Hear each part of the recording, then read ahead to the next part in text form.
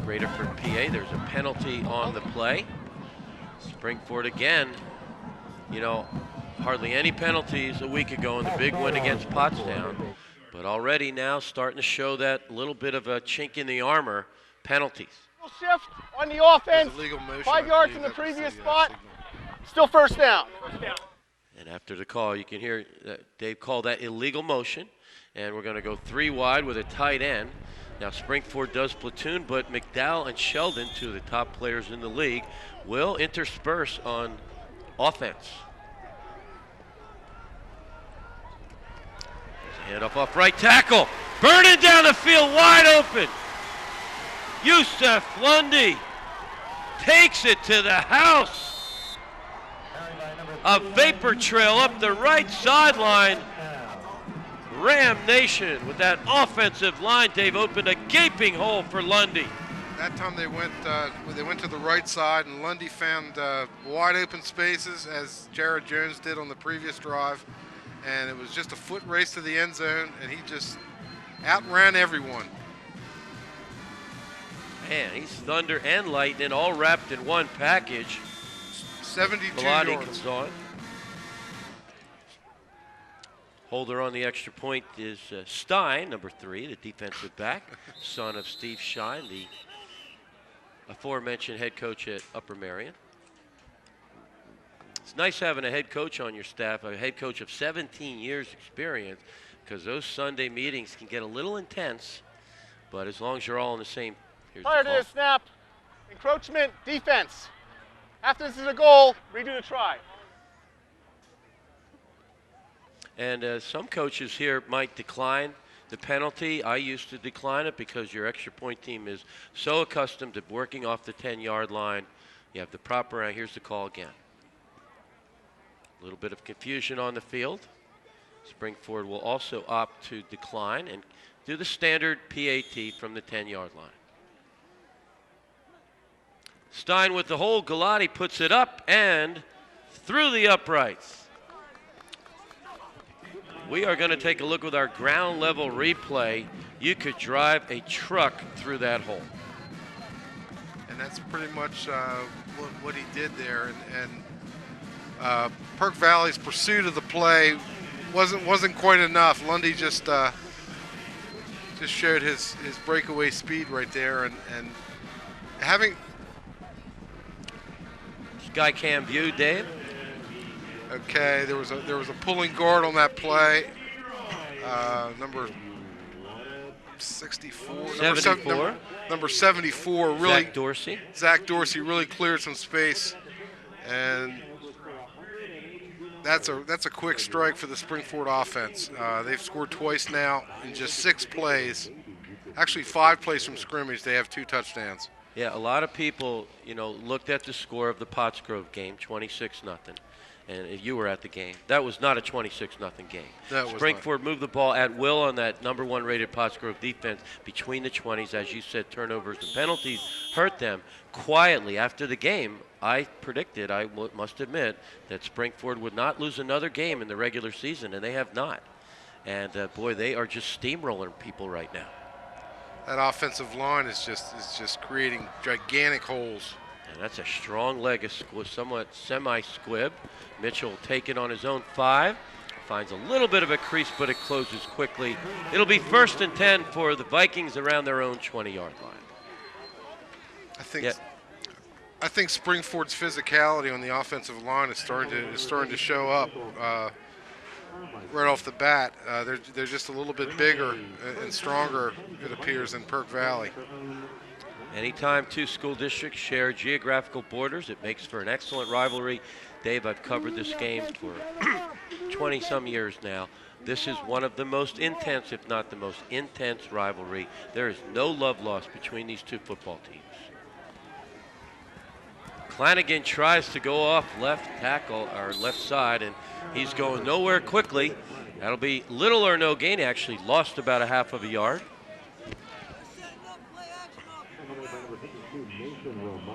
Mason Romano, who switched from defensive end to defensive tackle this year, has been a great addition to that interior line. He was a tremendous defensive end, and he made the switch for the sake of the team. So that says a lot about Mason Romano. Stewart makes like he's going to pass, and he is enveloped in a sea of white. It looked like Romano was involved in that play, in that tackle also. Mason averages nearly 5 tackles a game, and he has 3 quarterback sacks. So this is a very balanced defensive unit.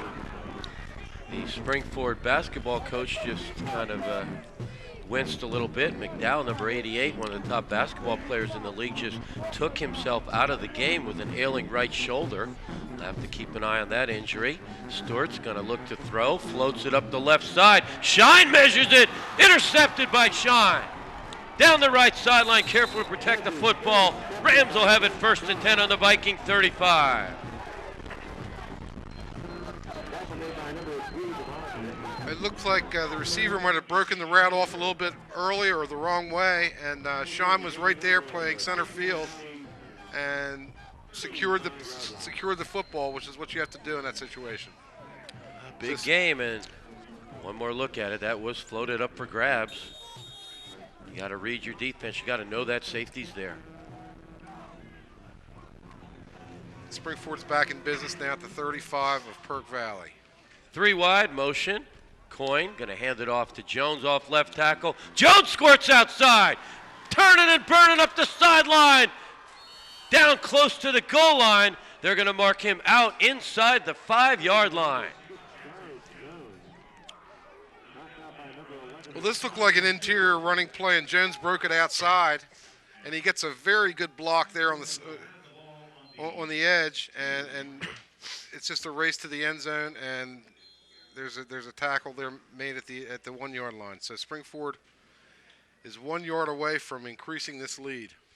A score that will surprise a few people around the league. This early on, a lot of football left to be played. Rams looking to take a 20-7 advantage.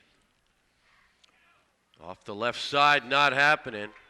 Viking defense standing strong on 1st down.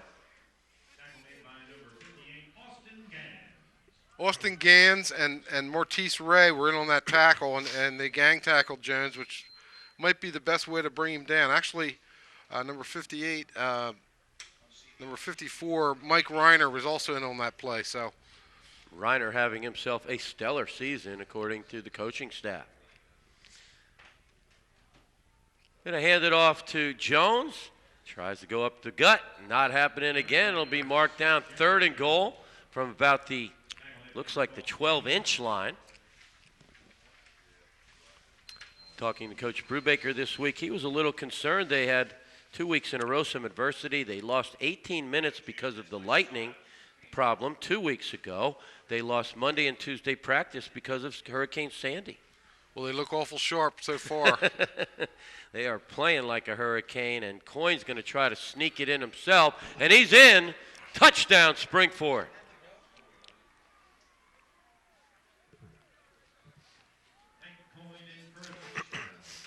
Dave, an offensive line that imposes its will. Nothing fancy about this play, just a straight power play, and Coyne had all kinds of room. Last week, Springford 55-20 over Pottstown. Strong start, 41-13 at the halftime. Gets a pretty good Pottstown team. Pottstown did put 401 yards up on that Springford defense. A little bit of a surprise. They're going to go for 2, having missed the extra point. They're going to hand it right off the middle to Lundy. He plows in for the 2-point conversion. And with 3 minutes left in the 1st quarter, Rams on top, 21-7.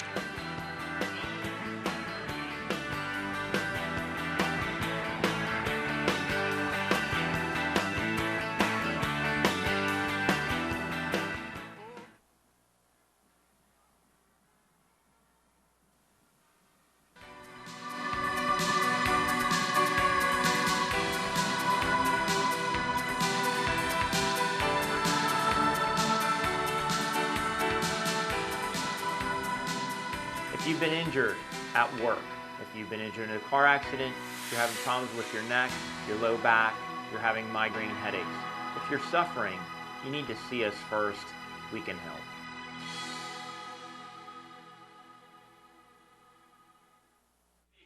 Welcome back, everyone. There you can see Coach Chad Brubaker. He's got his troops ready to play today. Vikings need a little bit of a wake-up call. They don't seem to be playing with a sense of urgency right now.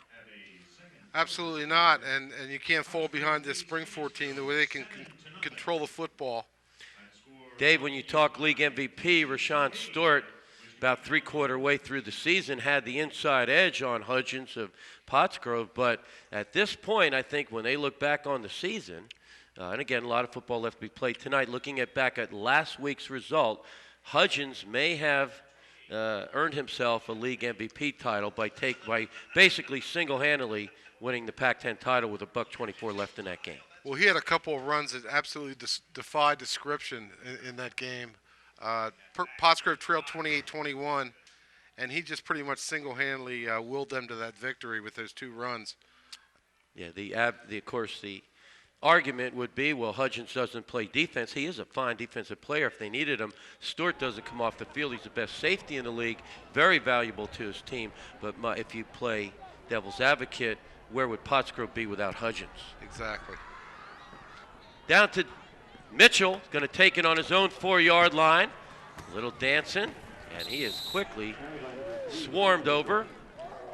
Gets out to about the 18 or 19-yard line. Be 1st and 10 for the Vikings of Perk Valley. It was Jake Leahy on the stop there on special teams. So Perk Valley is going to be inside their own 20-yard line when they start this drive. Perk Valley's 2 losses to state-ranked teams. Pottsgrove ranked number 3 in the state, and a pretty good Plymouth Whitemarsh team that Scott Reed lost in the last few seconds earlier in the season. So they came real close to an unblemished season, having been tied with Pottsgrove 28-28 late. But right now they need a wake-up call. They need to get something generated offensively here. I think they just need to settle down a little bit and realize there's a lot of time left in this game. For the first time all year, we're seeing Stewart bottled up in the run game a little bit. Throws a quick dart out into the flat. Good D by the Springford Ram. Pottsgrove held Stewart to 77 yards rushing. That was quietly one of the stories within a story last week. I think you bottle him under 100, you got a good chance of winning. Absolutely. There's not a lot of time for comment here the way this offense runs. 4-wide shotgun. They're going to get Stewart on the edge. He thinks about dumping it off, fumbles momentarily, but is quick to recover his own fumble. Okay, he's rolling out left, and there's tremendous pressure here. Number 81, I believe. R.J. Sheldon and Ian Hare was also helping out on that. And Romano, again, seems to be everywhere the football is. And it'll be 4th down, and the Vikings are forced to punt again.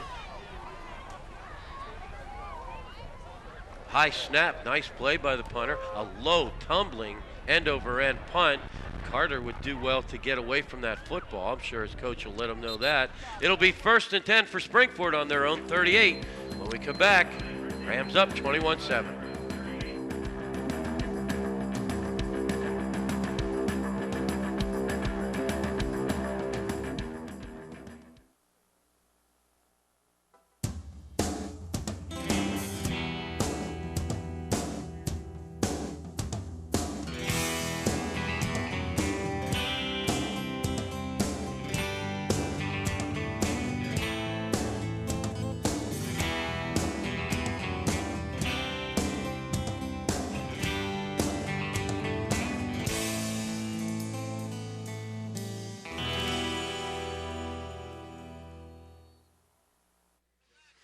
Hey, welcome back, everyone. On 1st down, Jared Jones off left side for about a 5-yard gain.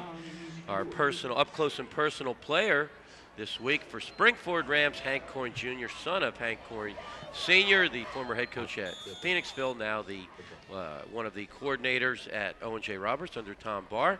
College's Hank Coyne Jr. considering Kutztown, Shippensburg, or Sinus, looking at majoring in business. Also an outstanding member of that varsity baseball team. Favorite subject in school, just like you, Dave, English.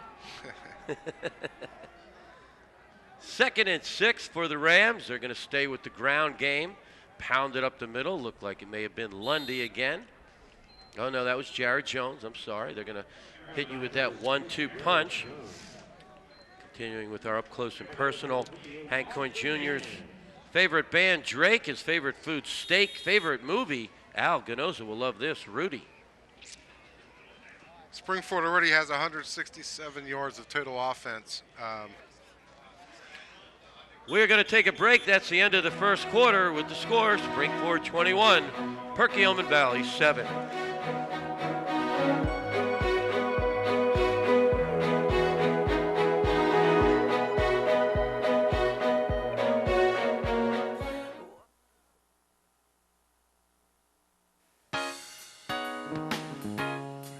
Nothing could be finer than eating at the new VIP Diner. Whether it's breakfast, lunch, dinner, or a midnight snack, the food and service at the new VIP Diner will have you coming back. Now that's my story, and that's a fact. The new VIP Diner is definitely back. Because you have better things to do than to wait hours in an ER waiting room. PMMC will have you initially seen by a clinical professional in 30 minutes or less. Now, with average wait times online or on your smartphone. And to add peace of mind, our doctors and highly trained staff are backed by a full range of diagnostic capabilities to care for both big and small emergencies. Get faster quality care. PMMC ER Service Pledge with posted average wait times. Learn more at pottstownmemorial.com. There he is, number 11, only a junior. One of the top players in southeastern PA. He plays safety. And he's not one of those shy safeties. He loves to come up and lay the lead on you. Yusef Lundy on 3rd and 2.5. That's a big play. Looks like, according to the mark, it will be a first down for Ram Nation. And our final look at the up close and personal survey of Hank Coyne Jr. Role model in life, my father. Favorite pro team, the Colts. Favorite pro player, Peyton Manning. And boy, he's going to be exciting to watch at the college level. Dave, what were Hank Coyne Jr.'s totals coming into tonight's game, roughly? Okay, he had almost 1,500 passing yards, and as we said earlier, he broke Trevor Sassek's career record for passing yards, and he's approaching 5,000. So wow, Coyne's going to look to go up top, and he does. He's got a target. Oh my, it's dropped.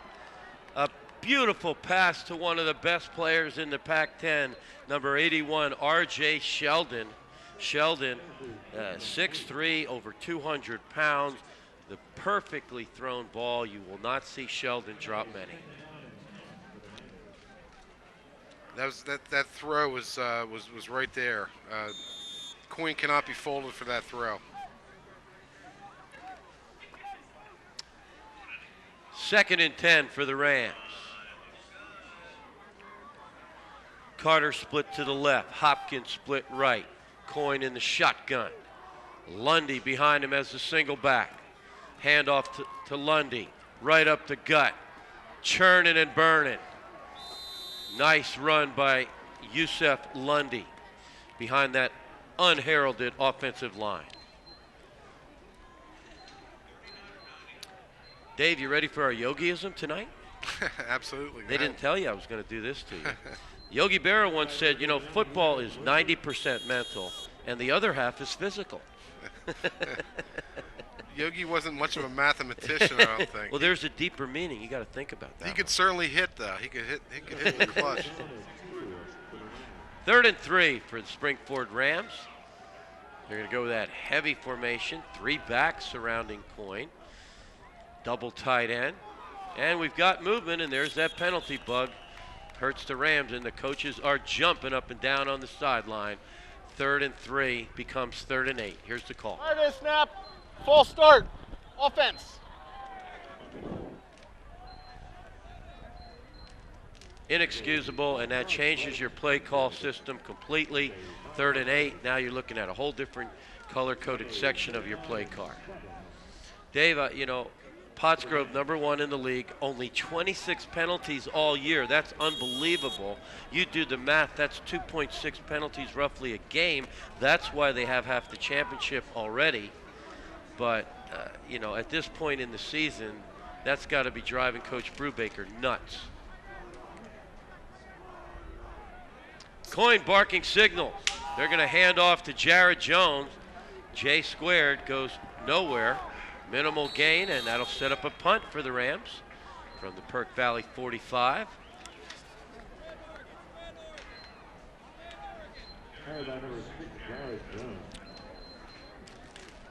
We'll talk more about playoffs as the night wears on. Dave, we're looking at some of those 4A schools. You don't want to open with one of those Downingtown East. Even if you do lose this game, go in the back door, you don't want to be on the road against a team that is arguably one of the top rated in the country. Fake punt! Carter up the right side! First down for the Rams, a little trickery. Wow, Tate Carter on the fake punt. And the punter Sheldon did a great job of selling that fake. And Carter was the short up back on that handoff and got a direct snap and picked up the first down. Wow, having coached special teams for 28 years, I can tell you I lost my vocal cords. Anytime a team punted on our side of the 50, I screamed and screamed and screamed, fake punt, fake punt. They've got an open up the right sideline. Coin floats it. Knocked down. He's looking for the big guy, Zamir McDowell. We are going to take one more look at the fake punt. And Carter got a lot of open real estate over there, Dave. He actually got by the contained guy on the outside, and the play covered 18 yards, and they needed about 8, and they got that amply. So. And you're right, Sheldon, with the Academy Award. I actually thought it was a bad snap at first. 2nd and 10 for the Rams of Springford. Right up the road and just over the hill, Pottsgrove playing Phoenixville.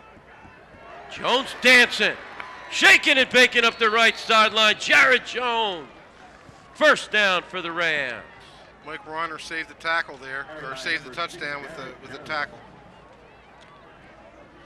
Once again, the offensive line for Springford just doing a phenomenal job.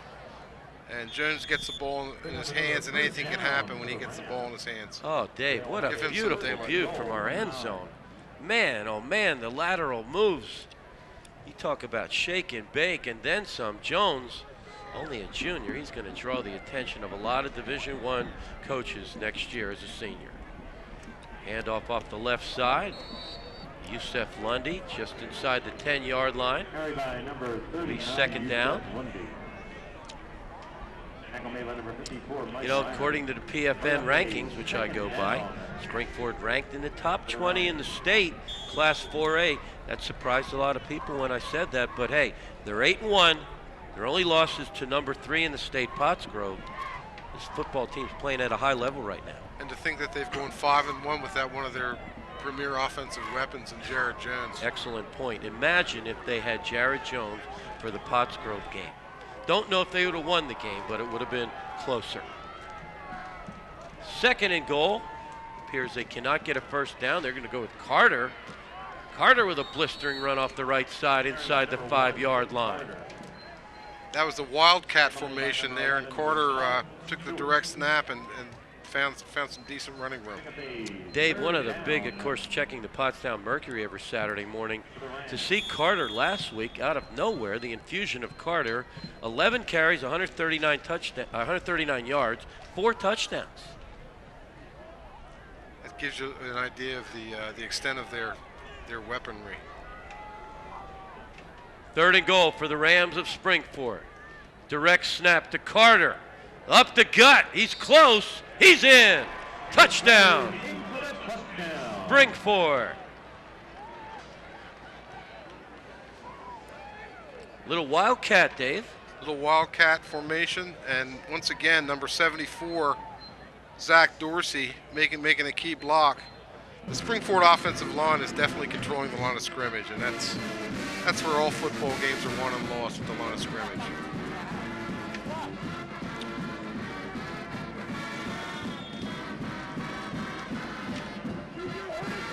Getting a score in from up the road. Pottsgrove up 14-0. As Springford converts to PAT. 7:39 till halftime.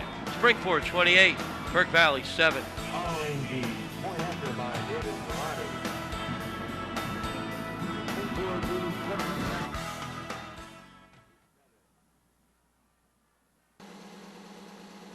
Nobody covers Pac-10 football like the Mercury.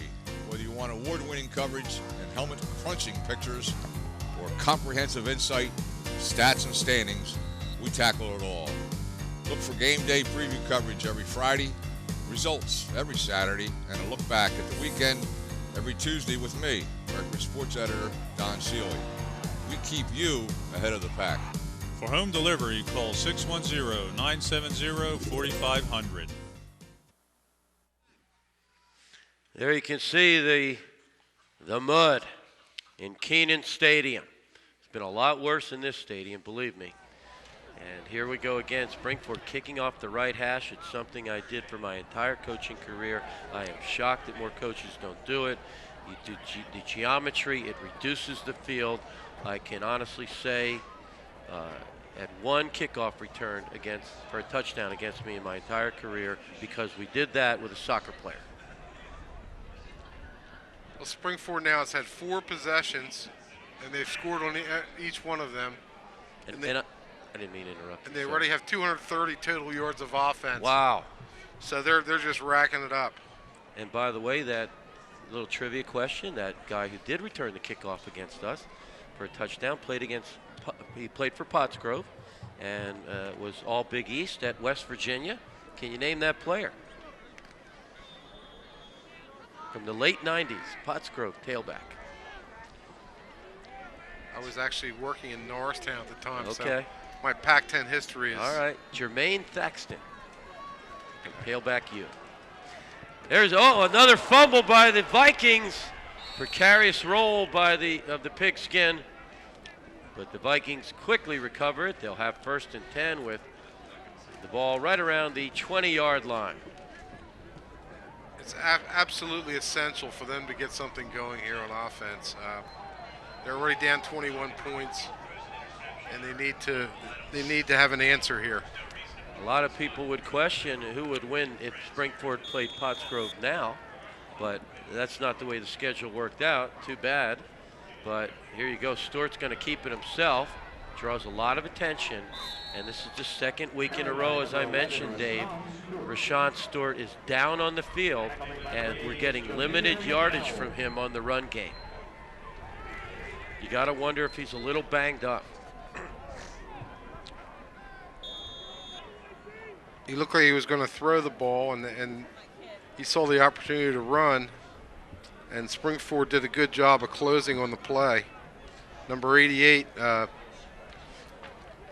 the Zamir McDowell. Zamir, the basketball player that we talked about. Zamir McDowell, 88, known for his basketball, is the word is Division I football coaches love him as a defensive end or a tight end. They're going to try to run a screen to Bonomo. The aforementioned Z-Max sniffs it out. At 6'5", 230, you bring this kid on campus. He's athletic. You redshirt him. He gains 25, 30 pounds.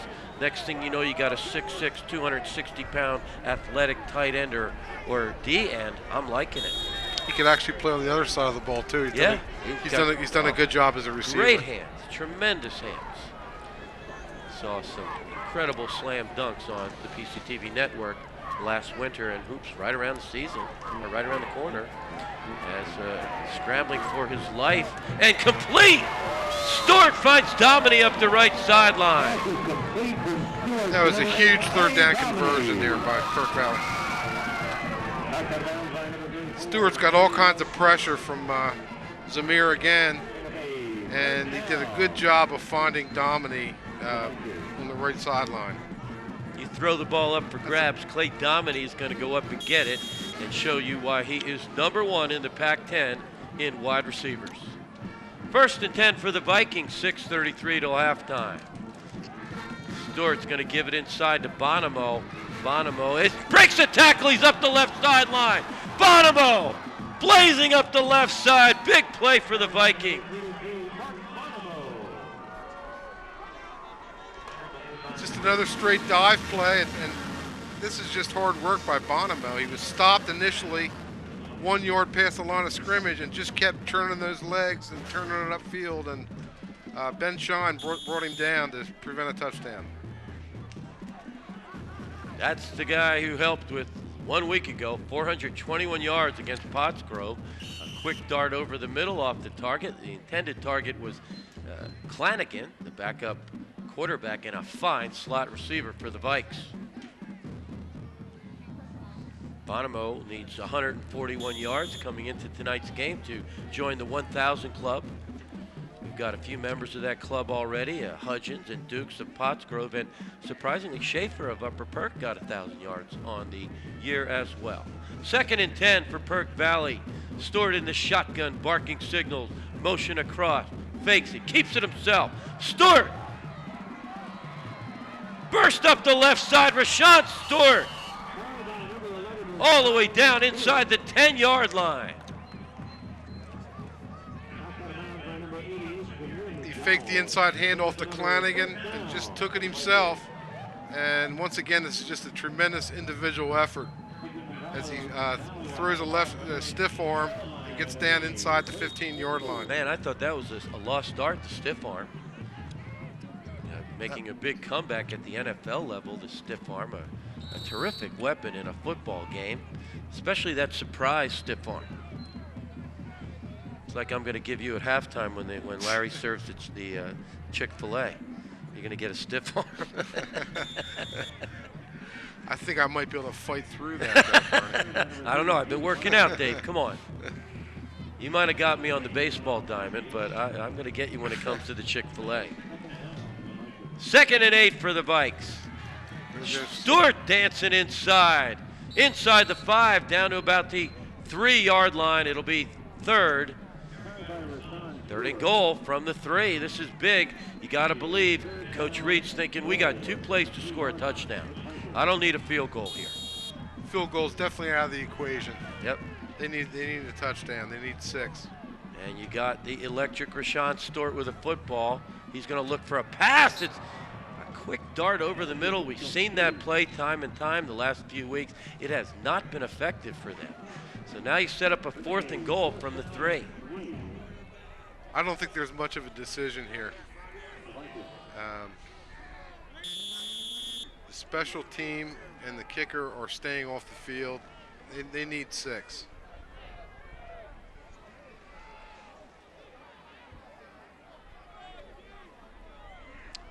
And they're using the signs and signals to call in the important 4th down play.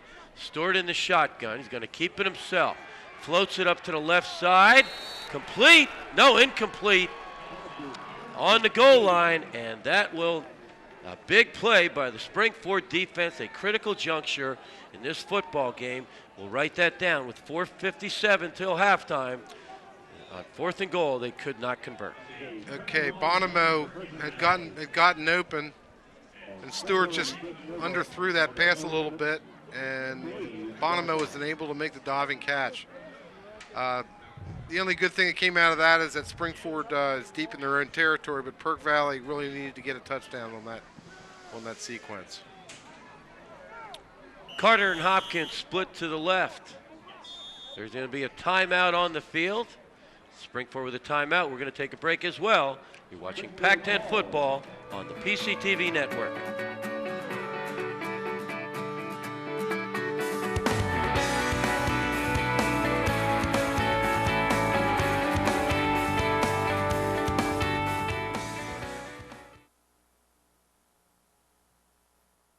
I want a professional heating company with heating and cooling service plans. A company that considers my needs.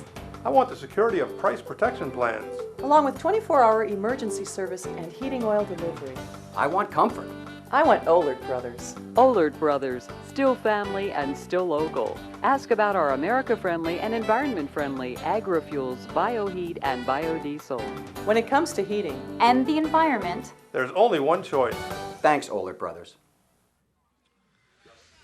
Welcome back. We're up here in the booth on First Down for Springford, joined by Don Seeley, sports editor of the Pottstown Mercury, our partner in bringing you all the Pac-10 action, along with Dave Kurtz, our color commentator, and the director of the website Pac-10 Sports, if I'm correct. That's right. A lot of useful information on that website, giving me a lot of great stats and results, and you're doing a super job with that, Dave. Thank you very much. I actually hired Don Sealy, if you can believe that. I hope you're paying him. Okay. Can I get in on that? That was a long time ago. Hey, there we are up in the box, waving to our favorite sideline reporter, Debbie Teller. We got the bird's eye view up here in the Vikings perch. 4:21 and counting till halftime. Springford on 2nd and 6. Coin in the shotgun. And a handoff to Jones. Dancing, and he's up the right side. Jared Jones with Stewart in pursuit. Jones. Stewart runs him down, but a big gain on 2nd down all the way out past midfield. Stewart might be the only guy that can get into a foot race with Jones. And luckily he was back there, but still Springford ripped off a gigantic play. Covered about 46 yards. Yep, you make a good point. He's about the only guy in the league who could run with Jared Jones. And that saves a touchdown. It's a touchdown saving tackle by Stewart. There's a little trap, a little inside action to Lundy, and the Viking defense swarming all over that. Jamie Biddle made a very good play. It's the first negative play for the Springford offense. And Bernie was talking about 1,000 yards. The way Jared Jones is going tonight, he might get 1,000 yards in this one game. There was a player who broke the national record 3 weeks ago, got over 500 yards rushing in one game. Wow. 2nd and 15 for the Rams, content to burn some clock with a 28-7 advantage going into halftime. Handoff up the middle to Jones. Again, the Viking defense swarming to the football. Stewart, the number 11, the quarterback, calls the signals on defense as well. And his brother, Chris Stewart, if you remember, was a tremendous player up here in Viking country, a two-way player from a couple years ago, and a good basketball player as well, Chris Stewart. Right. I'm not sure where he's going to school. I believe he's going to school somewhere. I could look that up in the Gallagher files. Let's see if we have a little update on Chris Stewart, Stewart's older brother. Right now, playing in college, you got Zach Zulli setting records at Shippensburg. This is for Perk Valley. Godfrey at Millersville. Bakari at Westchester. We'll get back to the college update on the Vikings. 2:40 till halftime. We're going to take a break. 28-7 Springford. Just a reminder, there's only 2 minutes and 40 seconds.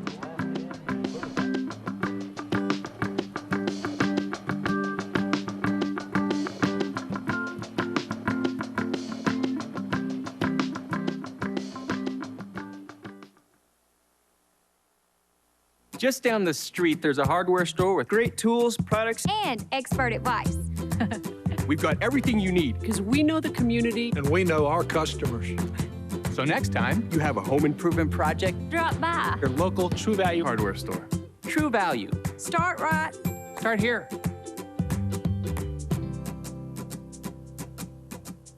Your True Value expert is A.D. Moyer in Gilbertsville and Pottstown. On the web at admoyer.com.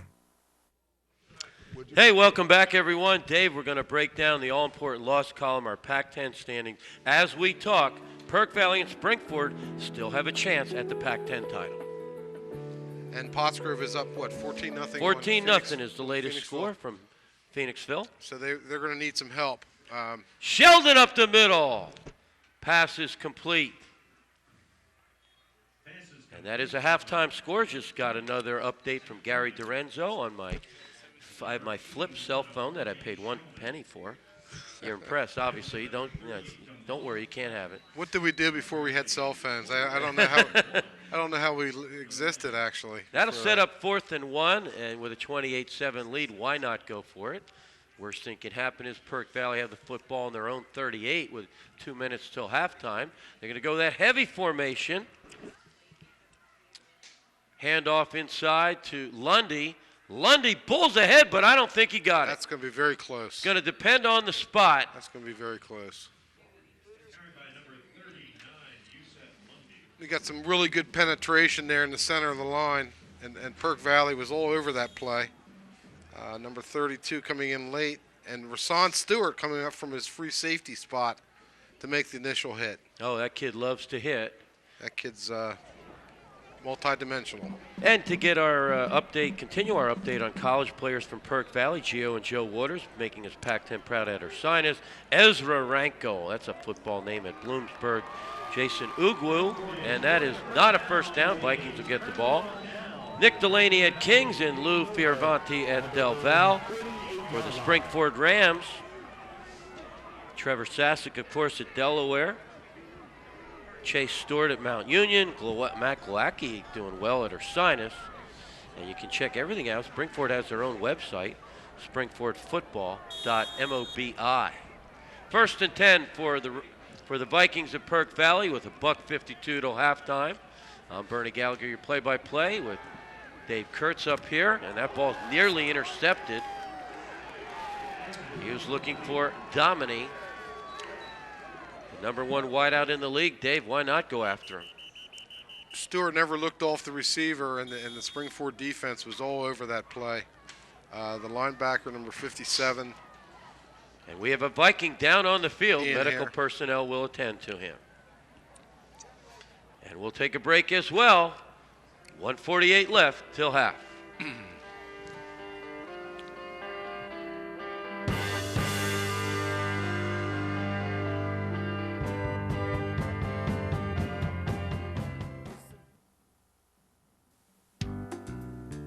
Joe's All-American Pub, located at 519 Pikeland Village Square, just off Route 113 in lovely Kimberton.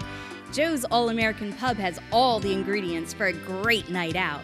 Just stir in a great cuisine, season it with an awesome dining atmosphere, and finish it off with your family and friends. At Joe's All-American Pub, family owned and operated. Make your next night out at Joe's All-American Pub. Hi, I'm Joe DePaul, owner of Joe's All-American Pub. Come to Joe's. We'll make sure we'll treat you better than the average Joe. Hey, welcome back, everyone. Devon Mitchell is up and off the field. Looks like it may have been the cramps on a cool night. This is raw football weather, and it'll be 2nd and 10 for the Vikings, looking to get on the scoreboard, make things interesting as they find themselves down 28-7. Barking signals is Stewart. Going to run the quarterback draw, dancing around in the pocket. Going to gain about 4 or 5 yards. That'll set up 3rd and 5. Dave, this Springford team has found their groove the last few weeks, to say the least. They look extremely hungry tonight, and they may be playing as good a football as any team in the Pac-10 right now. We'll have a lot of playoff action coming up on the PCTV network. Basketball and wrestling right around the corner. We have a timeout on the field. Perk Valley going to take a timeout on an important 3rd and 5, down 28-7.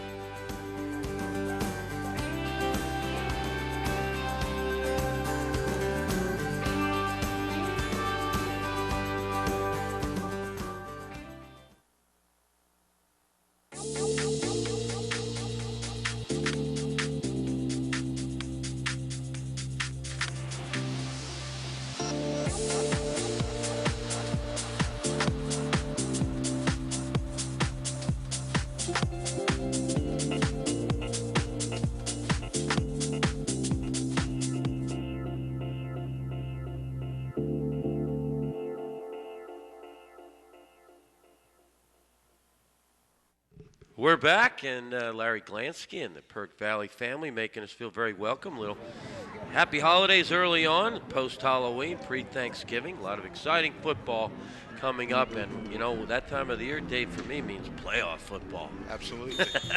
But that scene there makes you think of Thanksgiving. And yeah. Stewart drops, dumps it over the middle screen. McDowell sniffs it out. Ball may be loose. Sheldon came up with a fumble. Bookends, all conference ends. McDowell sniffs it out, and Sheldon recovers the fumble. Another good call.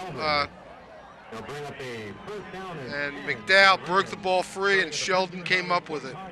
And Springford's back in business again at the 45. Wow. That's about 460 pounds of defensive end. One of them causes the fumble, the other one recovers the fumble, and the Rams, with 1:12 left and their high-octane offense, looking to take advantage. Coyne gonna go up top, fires a dart to the right side, complete. R.J. Sheldon bowls ahead for additional yardage. First down, Springford. Coyne has all kinds of time. He has tremendous protection from this offensive line, and he just has a chance to survey the field. He looked off one receiver, and Sheldon was wide open on the right sideline. You gotta love his stats. Of course, over 5,000 yards passing in his career, Hank Coyne Jr. And what I love the most, you mentioned it already, Dave, 19 touchdown passes, only 3 interceptions all year. First and 10 for the Rams. They're gonna go twins into the sideline. Coyne gonna hand it off inside to Jones. Shaking and baking off the right side. That'll keep the clock moving. Not exactly the clock management Coach Brubaker was looking for right now. You would think they don't want to burn time off here. Why not go for a touchdown here? But the Rams are taking their time. A little surprised. I'm not sure what their timeout situation is. I know they had one earlier in the game. They're certainly in no hurry with 31 seconds and ticking. It's a very composed team we're looking at here. They are going to go up top and go for 6. Coyne over the middle. Complete. Carter blazing up the right sideline. There's a late penalty flag thrown across the field. That'll stop the clock with 15 seconds remaining. Okay, we got Carter breaking free on a crossing route. Once again, Coyne had tremendous protection in the pocket. And I'm not sure what the flag is, but Carter took it down inside the 10. It looks like... Here's the call. They're talking it over. There was no obvious infraction. Here's the call.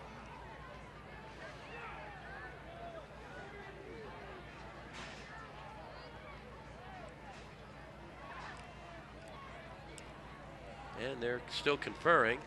We have our referee Mike down there. As soon as he starts with the call, we'll listen in. Block in the back on the offense. 10 yards from the end of the run. It will be a first down. Block in the back. We'll take a look on the replay. They're going to call holding against Springford. So some downfield blocking by a wide receiver or tight end. Let's see if our cameras pick it up, Dave. I think it was an illegal block there on Zamir, block in the back. That's what it looked like to me. Yep, that's a good call. Maybe the wrong signal by the referee, but it appeared it was a block in the back. They're going to go up top, right sideline. It's caught, but out of bounds. Nice toss by Coyne. They go up top to the... Well, that's a really big target he's throwing the ball to. Zamir is just head and shoulders above the defender on that play, and he was right at the pylon, and he couldn't quite keep both feet in. That's a 6'6" athlete with a 30-plus vertical jump, and we'll have another timeout on the sidelines for the Rams. We are going to stay here, and getting back to McDowell there, that's a block that he'd love to have back. That really had no bearing on the play. Carter was on his way out of bounds anyway. But Stewart just prevents so many touchdowns. Where would Perk Valley be without Stewart? We take a look at our standings. Downingtown East, ranked one of the top teams in the country at this point. Look at Plymouth Whitemarsh, Dave. Talk about that football team who beat Perk Valley in the final seconds. Exactly. They're ranked 4th in Quad A, which gives you some kind of indication of Perk Valley took them right to the wire and could have easily won that game. They threw an interception at the end of the game. They were knocking on the door inside the 20-yard line, and that game could have gone the other way. So that just tells you what Perk Valley is capable of doing. And then you look at other potential matchups. A lot of our fans have their fingers crossed to see number 10 Strathaven win, get a little help, drop into the 8-hole, and open on the road against Pottsgrove. Strathaven and Pottsgrove have quite a history between the two teams. And, oh, man. It could also be Phoenixville, Yes, Pottsgrove in the first round. it could be a rematch of last year's district championship, Phoenixville and Pottsgrove. But talking to Gus Tellis and a lot of other fans, we all got our fingers crossed. We are hoping that it's Strathaven at Pottsgrove. 2nd and 10 for Springford with 8 seconds till halftime. Coin dropped, floats it up the right side, in the end zone, goes up, incomplete. 3 seconds remain, they'll get one more shot at the end zone. Look at the reverse angle, Coach Kurtz. We have excellent coverage on this play. And there looked like there might have been a little bit of early contact. Oh boy, I'll tell you. So that could have definitely drawn a flag. Number 11, Stewart, is very fortunate there was not a pass interference call. You've got to turn your head back and look at the football or you will get called. They are going to try a 35-yard field goal from the right hash from Gelati, and this kid, soccer player, has the leg from this distance. The snap, the hold, the kick is up, and it is a sidewinder. It is no good. A little off the sweet spot, and that'll burn the timeout after one exciting half. The score, Springford 28, Perk Valley 7.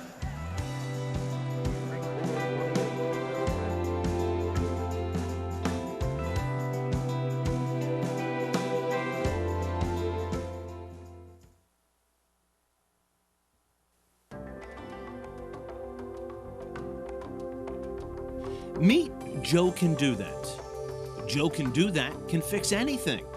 He can fix your car. He can fix your vacuum cleaner. He can even fix your electrical problems. But do you really want him to? Call Gehringer Mechanical today for all your electrical needs. Joe Can Do That does. Is this where you buy comics? Kid, this isn't a library. Hit the road. You should go to Humongo Comics. Hundreds of comic titles from major and independent publishers. Humongo Comics. Manga, graphic novels, gaming, collectibles, and the best selection of anime DVDs in the area for rent or to buy. Humongo Comics. Coventry Square, across from the Coventry Theater, Pottstown.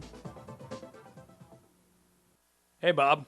What's got you down? I just can't seem to find a pharmacy that's right for me. Grab your cap. I'm taking you to Professional Pharmacy. At Professional Pharmacy, we're open and able to fill prescriptions 365 days a year and accept most insurance plans. Our professional staff offers individualized assistance with a variety of services, and we're the largest medical equipment provider in the area. Professional Pharmacy is awesome. And I love your new cap. Pottstown Cash Traders, located at 232 High Street, Pottstown, PA, 610-705-0304. Monday through Friday, 10 to 6, Saturdays, 10 to 4. Do you have items in your home that you're not using or just collecting dust? We buy things for cash. Cash for gold, musical instruments, tools, electronics, CDs, DVDs, and items of value. Highest cash paid. We are always buying and selling. We also buy gold, diamonds, and silver for cash. eBay services are available. Pottstown Cash Traders, located at 232 High Street, Pottstown, 610-705-0304.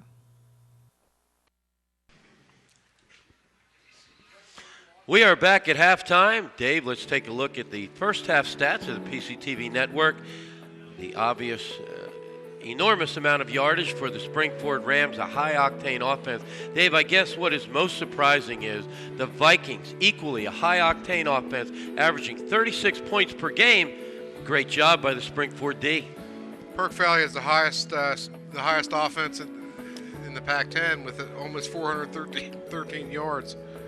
And as you can see right there, they're not even halfway there. They're at 165 total yards, which if you extrapolate those numbers to the second half, they're going to be 100 yards less than their normal output.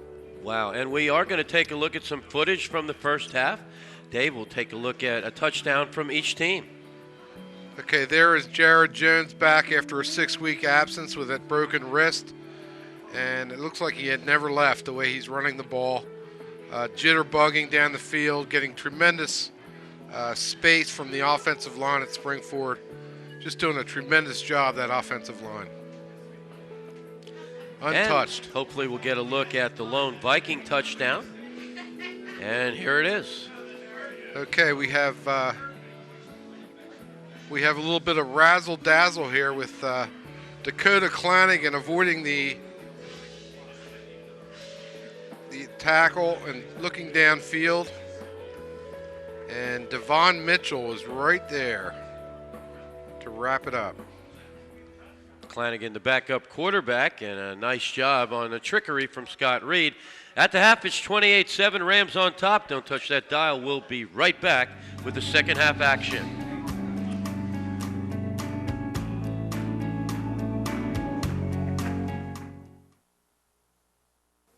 Calm down. It's okay. Give me 5 again. Come on. Rub it off. All right. All right, here we go. Give her a hand. Let's make some noise for it. Big money. Big money. All right, baby. Big money. All right. That's a healthy spin. That's a nice spin. 50, 200. That 300 is coming. It's coming. Here we go. Here we go. Oh, my goodness. Here we go. First 300. Stop. Stop. Stop. Stop. Stop. Oh! 300. I told you. Oh. All right. All right. Welcome back, everyone. We are ready to start the second half. What's at stake to bring you up to speed? The winner of this game will go to the playoffs. And the winner of this game could get a share of the Pac-10 title. Dave, we got another report from Phoenixville. Phoenixville has the ball. They're on the move. They're down 14-0 in the third quarter. That game is not decided. There is still something in the air here that the winner of tonight's game could be a Pac-10 champion. That's quite an incentive in itself, and to have a playoff berth on the line as both these teams are seeing tonight, there's quite a bit at stake. So the second half should be interesting, but I think Perk Valley needs to strike early to get back in this game. Yeah, they really had a golden opportunity late in the first half. 4th and goal, took the ball all the way down inside the 5, came up empty. But, you know, so often a team reflects the character of the head coach. Scott Reed is a tough guy. He's a winner.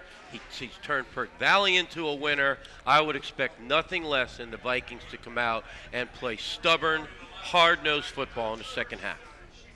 They're going to need to do that because Springford gets the ball here to start the second half.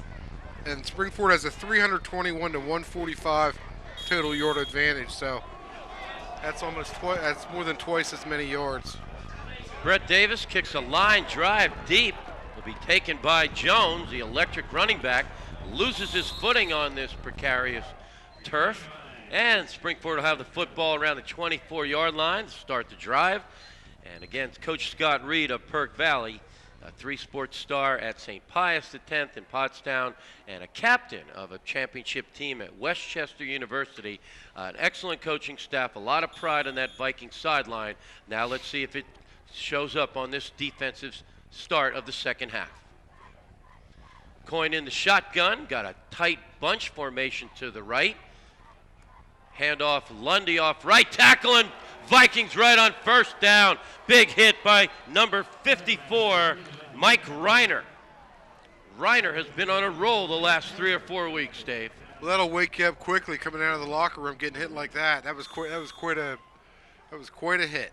So many unsung heroes for the Vikings: Martise Ray, Kean McKnight, Mike Reiner, DeMar Fletcher, Danny Light, Nadre Filia. A lot of athletes on that roster. Springford going to go 3 wide shotgun, single back. Coin barking signals. Carter in motion. Give to Lundy off left side. Tackled for a little or no gain. And halftime adjustments of the attitude kind as well as the strategic kind. Good start for Perk Valley here. Absolutely. Now they need to force a 3 and out here and shut down this third and long play. They did announce the score in this stadium. Phoenixville looking to make that a 14-7 game right over the hill here, playing Pottsgrove tough, as they always do. And these kids are aware that it's not just the playoffs, but a Pac-10 title on the line in this game. 3rd and 9. Coin, 5,000 yards plus passing in his illustrious career. He's going to drop, looks to the right, fires a dart. Complete. Nice catch by number 7, Hopkins. Doesn't have enough for the first down, however, and Springford will punt as we start our second half action. That was absolutely essential for them to come out and and make a defensive statement right off the bat like that, and here they are forcing a punt. So that's good news for Perk Valley. The assistant coaches for Perk Valley: Matt Young, Jason Basile, Tim Connolly, Rob Heist, and Andrew Miller, former Viking star. A very poor punt by Springford. Vikings will have excellent field position when we come back. 28-7 Rams.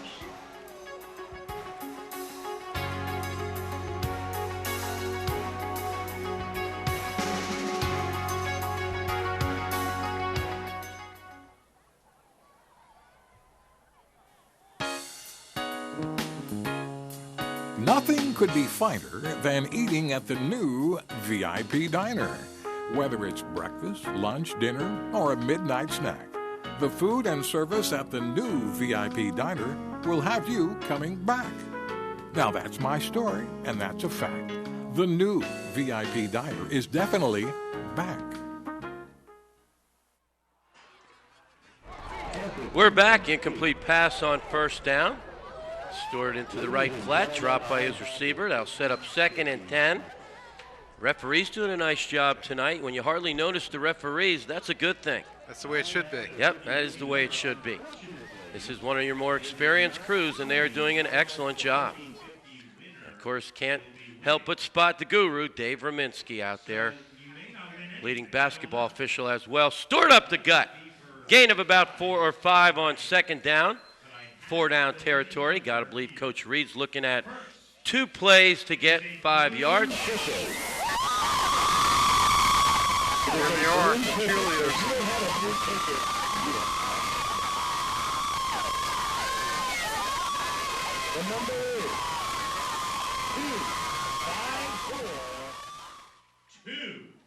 Third and 5, Stewart to the right side. Dominy with the ball. He's got first down yardage and more all the way down to the 20-yard line. First down for the Vikings.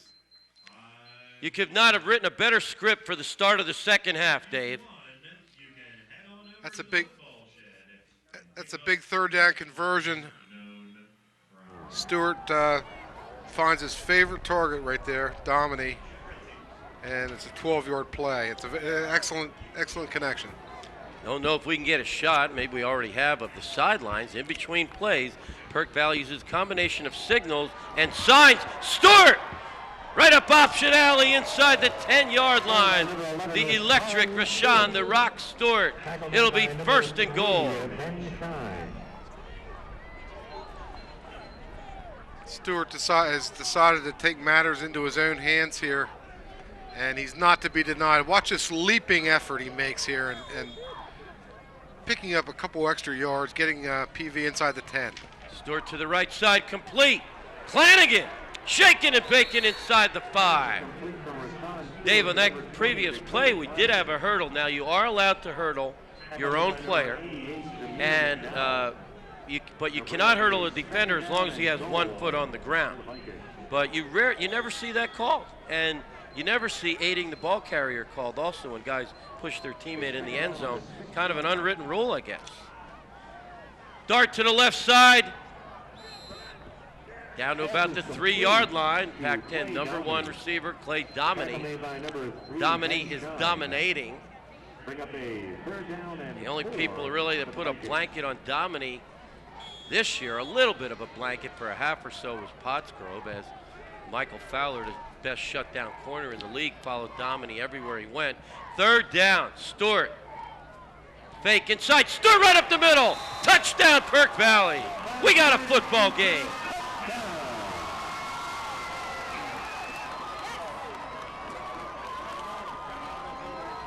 That's just great ball handling by Stewart on that play. Just absolutely had the Springford defense looking for Bonomo.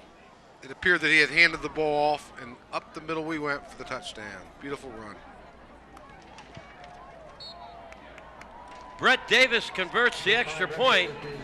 7:47 left in the 3rd, 28-14. Rams.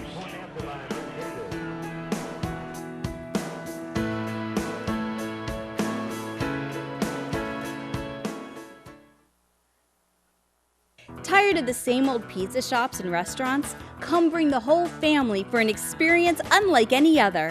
Where else can the kids sail on one of 2 pirate ships and play with SpongeBob or Elmo in our 6,000 square foot family fun center while enjoying the area's best pizza, pasta, cheesesteaks, hoagies, salads, and much more from our huge menu? We pride ourselves in making everything from scratch and using only the finest ingredients. Book your birthday party or rent our banquet room that seats up to 50 people. Come try the boardwalk, where we bring the beach to Pottstown.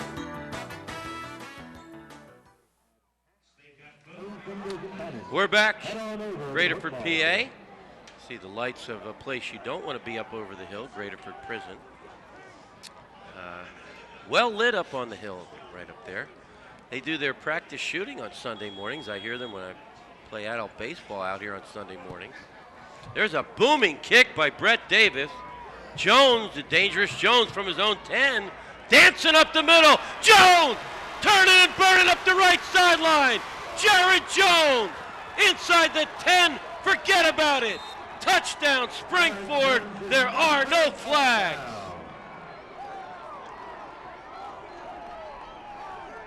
Wow. Talk about a play that kills some early momentum for Perk Valley here in the second half. That was a backbreaker. It really was. And once again, Jared Jones showing his immense skills, taking that ball to the house. So one would question why you kicked the ball to Jared Jones. I'm going to be honest with you. He's a Division I athlete, in my opinion. I'm going to kick a squib from the hash into a reduced field and take my chances. I am not going to kick him a line drive and let him pick his hole. Nice kick there by Gelati, doing a great job for the Rams tonight. Here's another look. That's a kick returner's dream. A medium line drive. You get to set up your entire return, and you have a Division I athlete. Dave, take it from here. Okay, that was just, he broke one tackle and just completely outran everyone. It was just sheer athleticism on his part. Yeah, he was on everyone's radar screen back in August. This player, number 6, Jones, one of the top running backs in the state. Another look at the Perk Valley touchdown, Dave.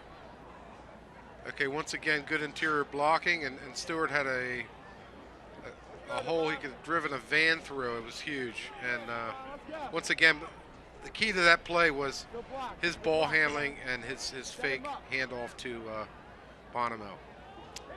Our fans out there, stay tuned. Check out the PCTV website. Just Google PCTV Pottstown. Open the logo and you'll see the brand new hometown station network, the PCTV network, our program schedule, upcoming action, all the times and channels. Remember, we stream on the internet, all these games.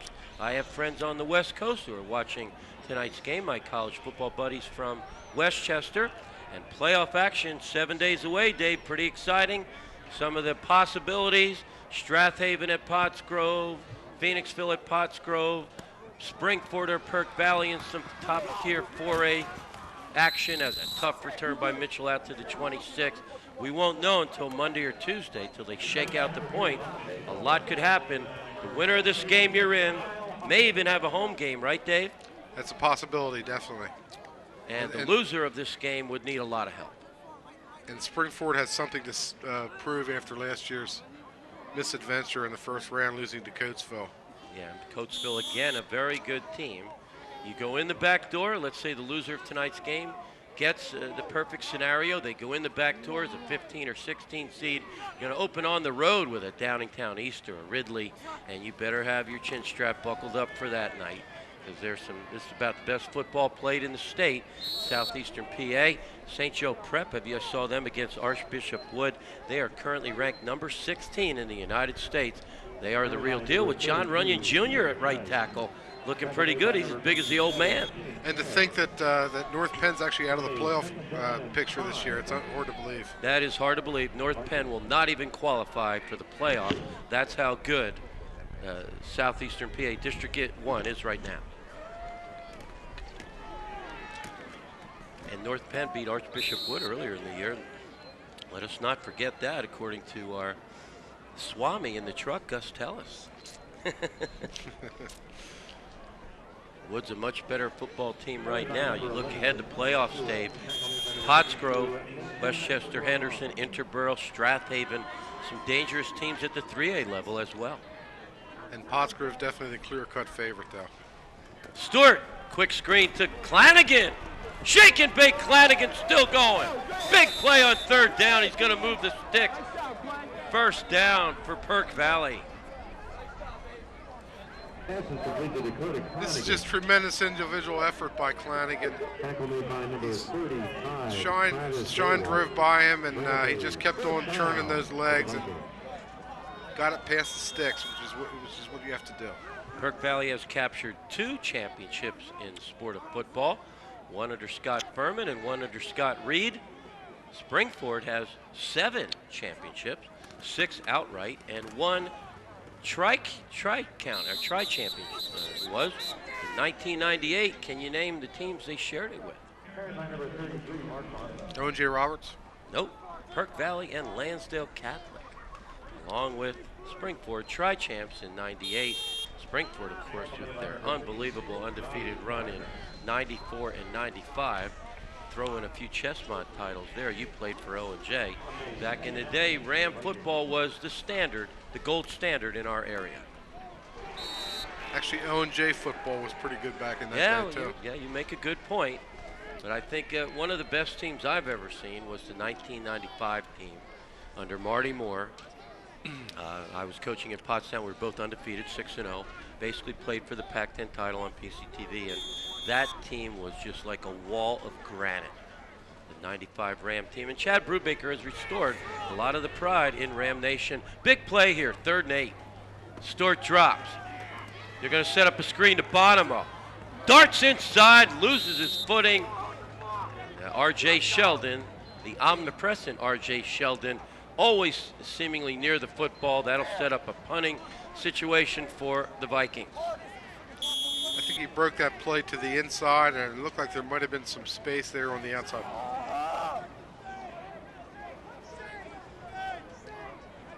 Brett Davis doubles as the punter for Perk Valley. He's going to try to angle it away. A wobbling punt, but a good directional punt. Doesn't get much of a bounce on the soft turf. When we come back, it'll be 1st and 10 for the Rams. 4:51 remaining in quarter number 3.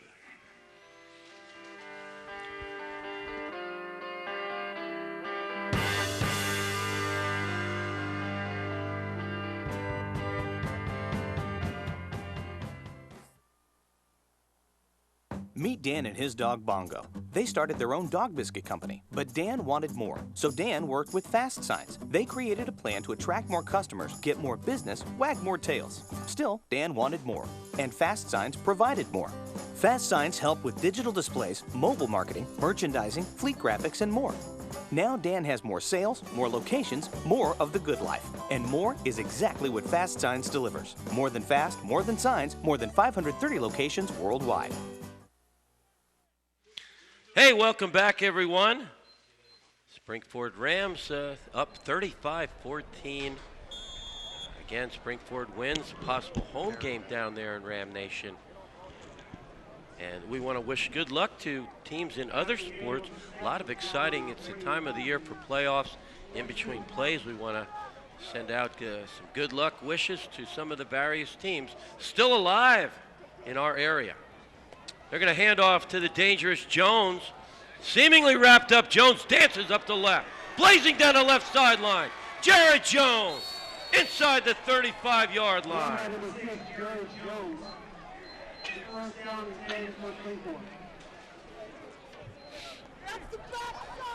When you have a chance to wrap this guy up, you got to absolutely do it. Right there's 2 missed tackles, and he's gone. He's going up the left sideline. Jared Jones, just incredible return here. Look at Coyne downfield looking for a block. Want to wish good luck and congratulations to Pottsgrove. Boys cross-country team won the district title. We have a district champion in the Pac-10. Pottsgrove boys soccer Saturday at Harridan, 2 o'clock. Get out and support them. They're in the district semifinal. Going up the left sideline, deep, incomplete. Coyne with a nice toss to Hopkins. Hopkins couldn't hold on. A great play fake by Coyne. And once again, Coyne is right on the money with his throw. Unfortunately, the Springford receiver could not come up with a catch. Boy, how about that camera work by Debbie Tellis there. Man, I don't know how she kept focus on that football. Good job by our crew. And that'll set up 2nd and 10. Rams in a double tight formation. Jones in motion. They're going to go Wildcat. Carter with the football. Jones blocking for his buddy. Gain of 6 on 2nd down. Number 1, Tank Carter with the runs. Knock out of bounds after the gain of 6. Other action. Girls soccer. Owen J. Roberts, heartbreaking loss in overtime last night, but what a wonderful season they had. Phoenixville girls, good luck Saturday in the district semifinal for girls soccer, and field hockey, Upper Perk in the district championship, and they already punched their ticket to state playoff. And last but not least, Pope John Paul in the district final in girls volleyball. Good luck to all the Pac-10 teams representing our area.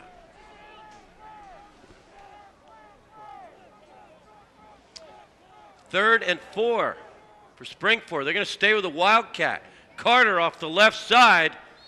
Looks like he will have sufficient yardage for the first down. He's out of bounds. 4:16 remaining in quarter number 3. Dave, a look at our Skycam view. Okay, Carter can see the whole field from that Wildcat formation, and he sees some room to run on the left edge, and he gets to the sticks and gets the first down. It's a big play. Another big conversion by Springford. What an innovative mind Chad Brubaker brings for the Rams. As there is some talk, here's a penalty. Let's listen for the call. I didn't see a flag. Holding, offense, holding 10 yards, still 3rd down. All right, we had holding against Springford. That'll change your play call sheet a little bit as they mark it off. But Brubaker, an innovative mind, he describes it as a multiple O. You see so many commonalities of the red gun, the West Coast, the pro I. I mean, you just really, literally 6 different schemes, Dave. How do you prepare for that? It's impossible, really.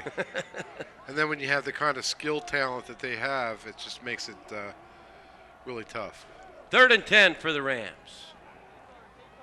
Coyne floats it up to the right side. He's looking for the big guy. R.J. Sheldon goes airborne, unable to come up with it. Would have been an incredible catch.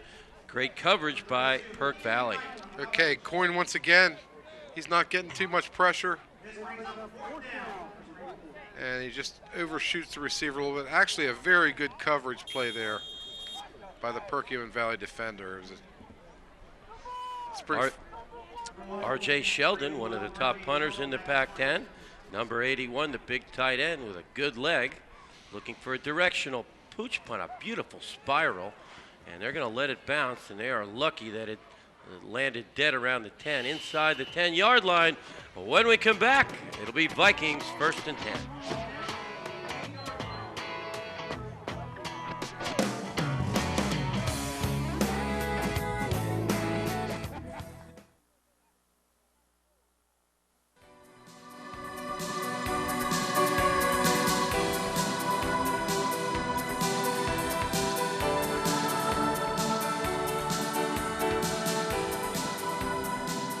If you've been injured at work, if you've been injured in a car accident, if you're having problems with your neck, your low back, you're having migraine headaches, if you're suffering, you need to see us first. We can help.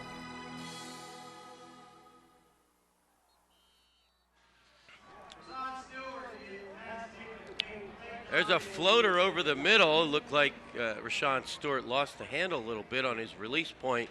But as good as Domini is, he had a shot at it. Unable to come up with it on 1st down. Vikings going for the home run ball. 6 returning starters on both sides of the football for the Rams. Pretty impressive. Off last year's championship team.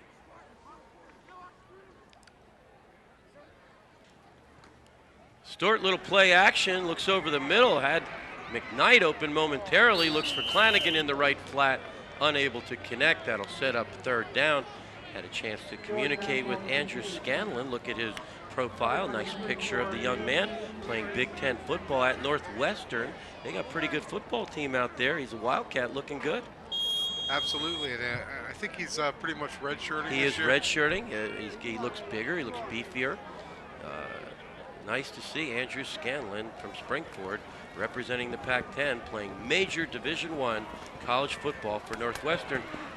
Oh, what a beautiful catch by Domini. Stewart threads a needle. Domini spinning, turning and burning downfield. It'll be first and 10 for the Vikings.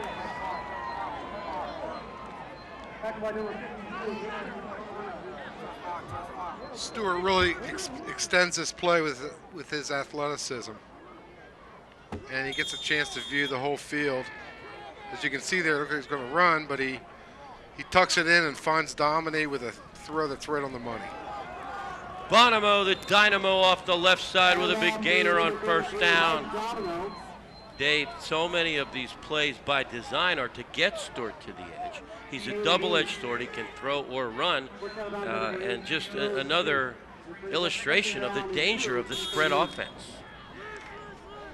Yeah, it's tough for Springford to get people back on the field as far as platoon situation. Stewart's going to keep it himself, depending on the spot. Looks like he will have the first down. Vikings looking to make things interesting, 35-14. Pottsgrove still in a holding pattern over there, up over the hill in Phoenixville. As far as we know, it's still a 14-0 game. Phoenixville has the ball.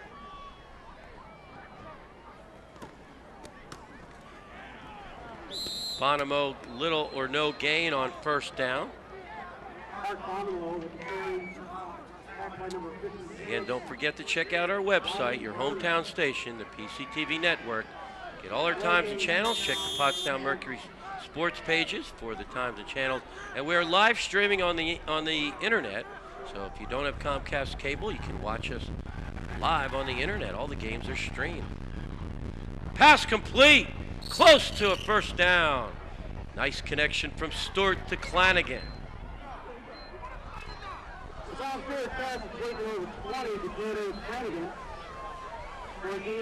Once again, a little roll out there, and Stewart had two options there and went to the deeper option in Clanagan and got it up close to the first down. An 8-yard pickup. Springford giving multiple looks defensively, and another big play on 3rd and 2. The raw athleticism of number 11, only a junior. Rashawn Stewart picks up, may have to measure, but from our vantage point, it appears it will be a first down. We will have a measurement on the field. Dave, you look at Stewart's numbers in rough figures, 1,000 yards passing, 1,000 yards rushing. How bright is this kid's future? Well, I know he's a very good worker, a very hard worker. He's put on some weight in the off season, and he has really completely grasped this difficult offense. And he's become quite a leader for Perk Valley. So he does it all. He's a multi-dimensional talent, and he's also a very intelligent player. He has 18 touchdowns on the year. Bonomo also among the league elite in touchdowns with 9. And you add in, again, as I mentioned, Domini, the top receiver in the league, 17 yards per reception, 44 receptions, 731 yards coming into tonight's game. He split at the bottom of the screen. They're going to run option. Pitch to Bonomo. He clears the edge. Bonomo burning down the sideline. Another big gain for Perk Valley. This, Dave, is the high-octane offense that Rick Pennypacker described 1 week ago as the best offense he's seen all year. Another good decision there by Stewart to get the ball to Bonomo on the edge, and he just pretty much outruns everyone and picks up a big gain. It's imperative for Perk Valley to get into the end zone on this drive if they want to stay in this game. Stewart with a quick dart to Domini in the left side. Gain of about 4 or 5 on first down. Yeah, Rick Pennypacker will not often throw that compliment around. He was quoted in the Mercury last week as saying that Perk Valley is the best offense he's seen all year. And that's absolutely true.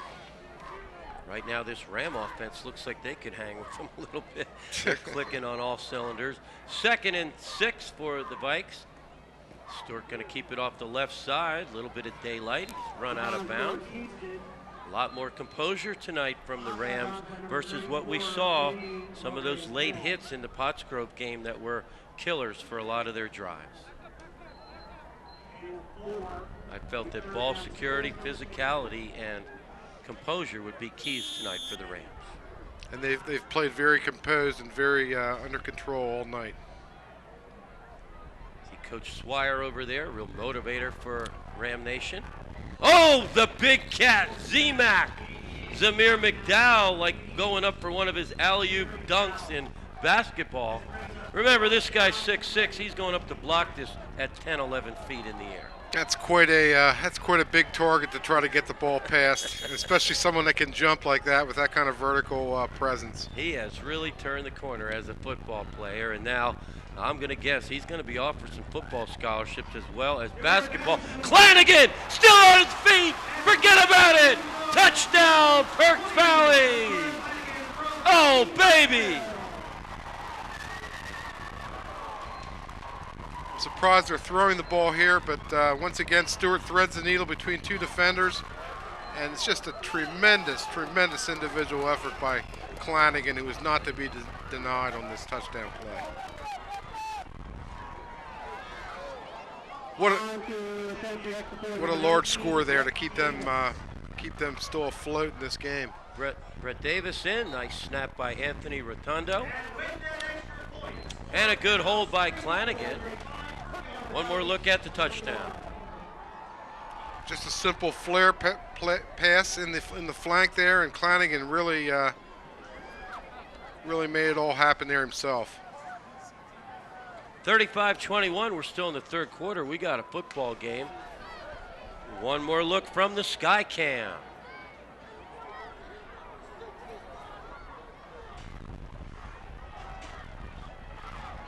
Spinning and burning up the left side. Flanagan, also very talented backup quarterback. Coach Kurtz, let's talk a little bit about location of some of these upcoming playoff games. You get home field advantage for the first few rounds. A lot of people were really surprised last year when you had Pottsgrove and Phoenixville, two Pac-10 teams in the district title game. You've got 4 or 5 turf fields in your league, and they make the kids drive all the way to Plymouth Whitemarsh to play a football game. What have you heard about that? Well, the rationale with District 1 a lot of times doesn't make a lot of sense. So I'm not really sure why that was. I was told what looked like a surprise onside kick may have been a missed hit. Either way, it's going to be a penalty. They'll have to re-kick.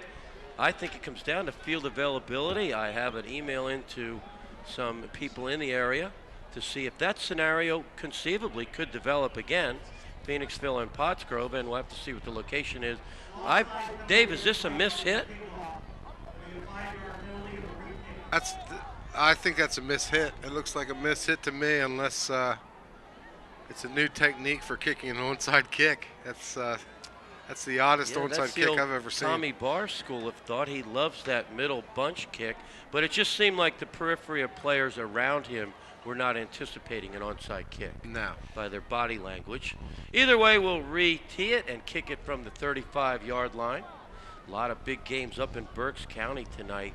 Undefeated Berks Catholic and undefeated Wyomissing will play for the Berks 2 title, two of the top teams in the state. This time they will squib it wisely away from the dangerous Jones. Good play again by number 5, Connor Murphy. Man, oh man, this kid, let's check what grade he's in. He's only in 11th grade. These are the kind of kids that by 12th grade are ready to play full time.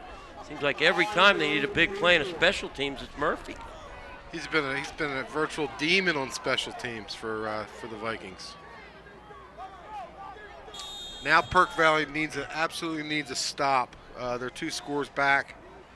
They can't afford to allow any more scores at this point. They are playing with a sense of urgency. They know what's at stake. The winner of this game, you win, you're in the playoffs. They're going to go Wildcat again with Carter off that left side. He easily breaks contain. That's too easy, Dave. Contain, to the average fan, Dave, explain, contain is, hey, don't let him get outside. That's right. The contain is broken down there on the left side, and this is the first I've seen the Wildcat from Springford, which gives you some kind of an idea what type of innovative mind Chad Brubaker has. Yeah, I mean, I was not at the Pottstown game 1 week ago, but this is a kid, Carter, who in that game had 11 carries for over 150 yards, 4 touchdowns. Obviously, a lot of it must have come on the Wildcat. Carter again in the Wildcat, gonna go more up the middle, looks to bounce outside. Big hustle play, Anthony Pacella with a dynamite play in pursuit defensively.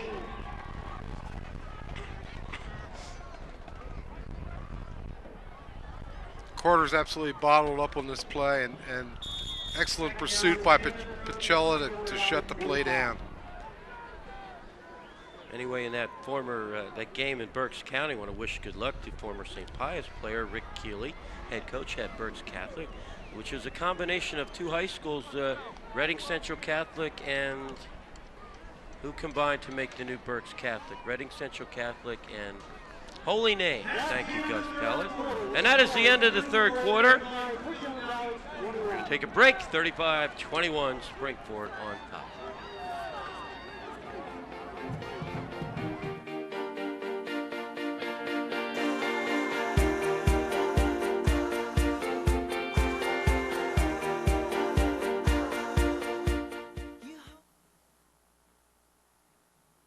Just down the street, there's a hardware store with great tools, products, and expert advice. We've got everything you need. Because we know the community. And we know our customers. So next time you have a home improvement project, Drop by. your local True Value hardware store. True Value. Start right. Start here.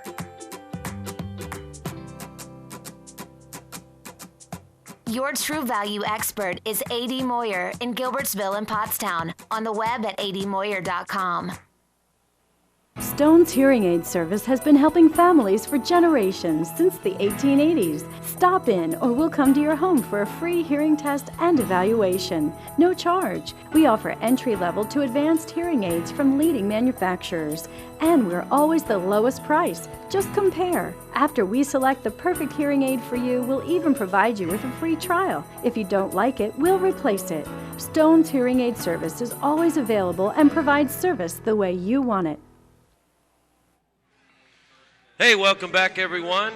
2nd and 10, short gain for Springford with an important drive here as we start the fourth quarter.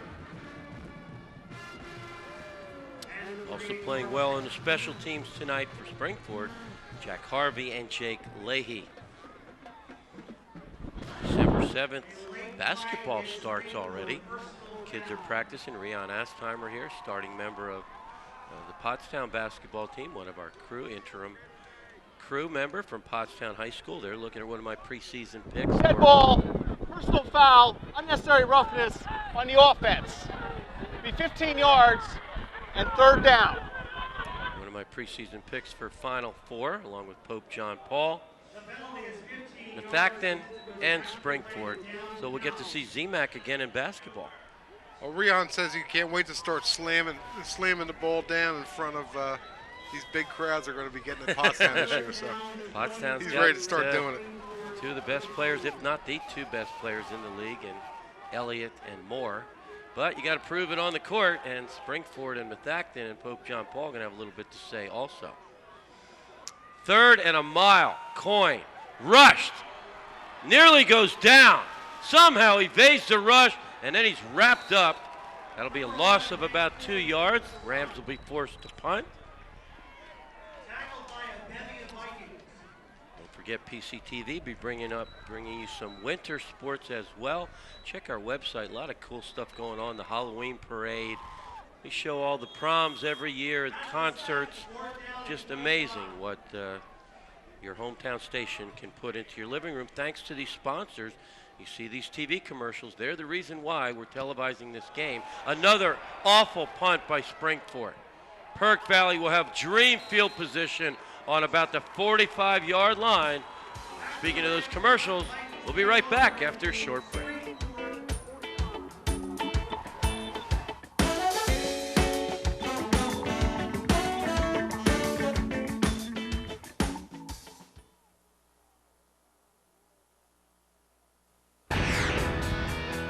Hi, I'm Patrick Gilbert. And I'm Mike Henkel. Over the past year, our more to like philosophy has continued to bring more new Subaru buyers to our doors. Customers tell us they appreciate we offer more savings, more selection, and more value with every new Subaru we sell. So if you're in the market for a new Subaru, stop by and get that more to like feeling too. Welsh Subaru, Limerick. Online at welshsubaru.com. Welcome back, everyone. We got a score coming in from Phoenixville.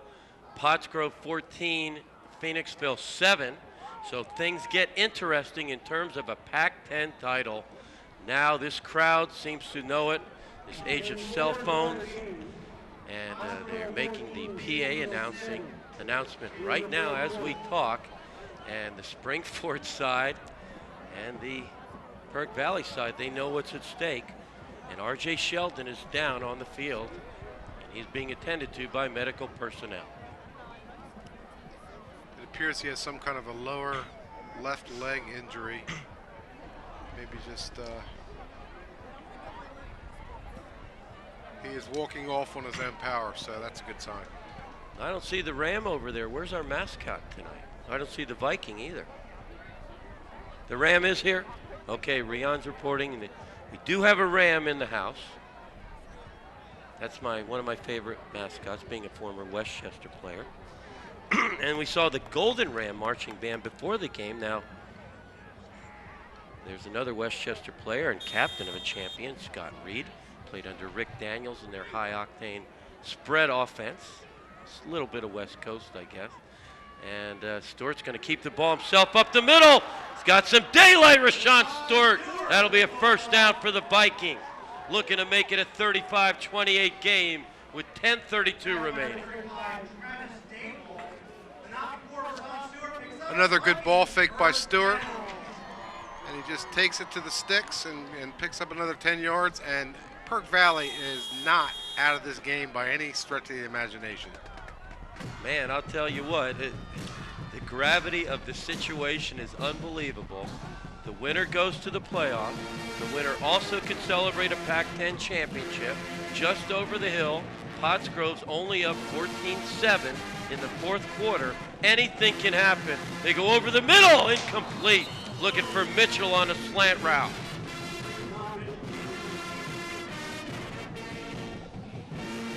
He had him open there. He just let him a little bit too much. But Perk Valley is showing an incredible amount of heart. Down 28-7 at the half, and they're still hanging in there, knocking on the door here.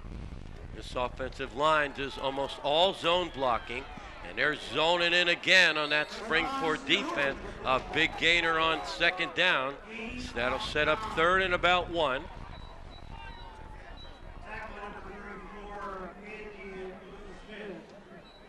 Perk Valley team undefeated, this group in JVs. Their JVs again undefeated, both teams solid down in the 8th and 9th grade level. So you're going to see a lot of these teams in upcoming contention for future Pac-10 titles. 3rd and 1, barking signals the talented junior quarterback, Rashawn the Rock Stewart, as they call him. Stewart's going to keep it himself. Substantial yardage again. Dave, you got to believe it's not just attitude adjustments, but strategic adjustment. Something's clicking in that interior O-line right now. I'd say it's a little bit of rock and roll for Perk Valley with Stewart kind of taking charge here.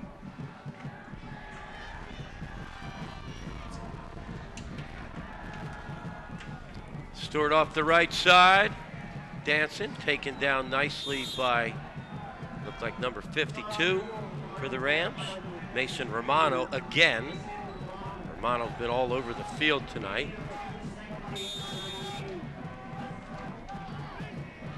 Offensive line for the Rams, Seth Jonathan, Robbie Thacker, Austin Gantz, Bobby Gallis, Jeff Morrow, and then we'll get to the Perk Valley, that's the Perk Valley offensive line.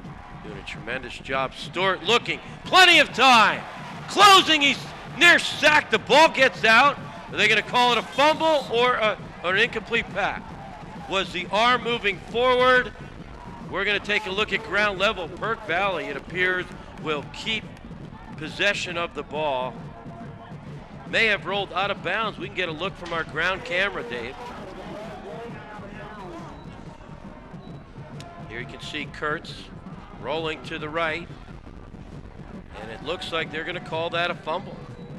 It looked like his arm might have been moving a bit forward, and wow, that's close. McDowell That's really almost close. came up with it. It looked like McDowell did slip out of bounds. That's a pretty good call by the ref. Okay. Was the arm moving forward initially? No, I don't think so. No, the ball was out before the arm was moving forward. I think so that's a great call. That's an accurate call. Yeah, this officiating crew has been all over it tonight. Big play on third down. They wanted pump and go. Springford not buying it. Stewart up the left sideline, blazing down the field, still going. Rashawn Stewart inside the 10-yard line. We got a football game with 8:19 remaining. That's an absolutely special athlete at work right here. He looks like he's trapped behind the line of scrimmage, sees a little bit of daylight and just takes off, outruns everybody, and converts a gigantic third down. It'll be first and goal at the 6-yard line for Perk Valley. Stewart drops to one knee, may be exhausted. A 22-yard pickup there by Stewart on that play. So he's as good as advertised, Bernie. First and goal from the 6. Stewart barking signals. Going to keep. No, he's going to pitch it. Bonomo off the right side. See you later. Touchdown, Vikings. Wow.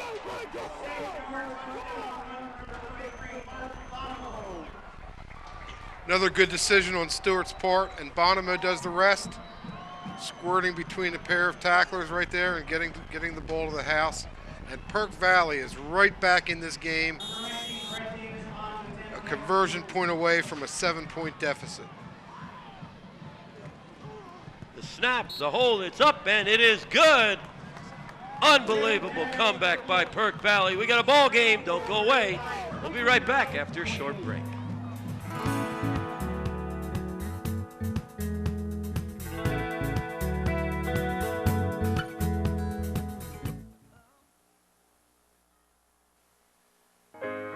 For over 50 years, O'Donnell Weiss & Mattei has helped our clients resolve a wide variety of legal challenges.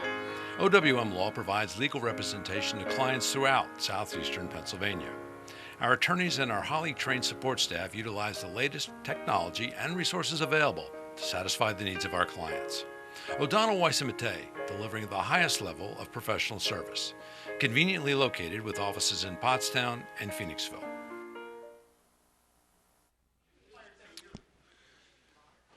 One more look at the touchdown. Dave Kurtz, break it down for us. Okay, just a tremendous decision once again by Stewart. And Bonomo just steps through into the end zone. One thing is certain, this Perk Valley team came out of the locker room and they played with a sense of urgency, and now they find themselves down only 7 points. Springford anticipating a surprise onside kick. They're in that bunch formation that O&J made popular. And they are going to kick it down again to the dangerous Jared Jones, one of the top running backs in the state. Jones evades one tackle. He's going again. Dancing and burning. Jared Jones, are you kidding me? Blazing up the left side. Only the kicker to beat. Stops, cuts back. The kicker saves a touchdown. Brett Davis running with a Division I athlete. Unbelievable. Dave Kurtz, my one question, why kick it to him again? Okay, I guess Jones is proving them wrong for kicking the ball deep. Once again, he just turns it upfield. And Brett Davis makes a touchdown-saving table. How about that soccer player running down a Division I athlete? Brett Davis, that'll go in your highlight reel. If they can hold him to a field goal here, that would be a big play. They're going to give it to the bulldozer, Yusef Lundy. He bowls down to the 1 yard line. And we got a referee down.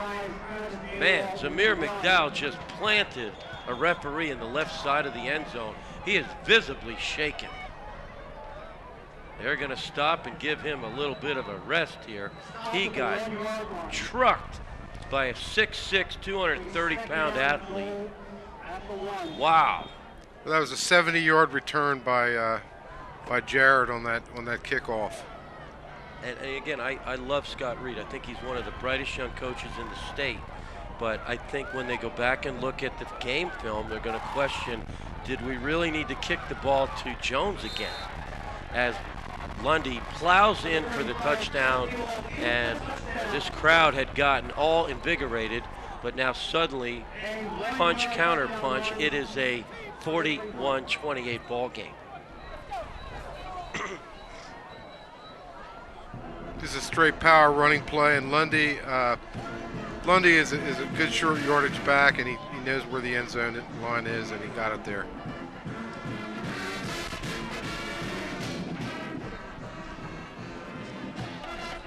We're going to take a break with the Rams on top, 42-28.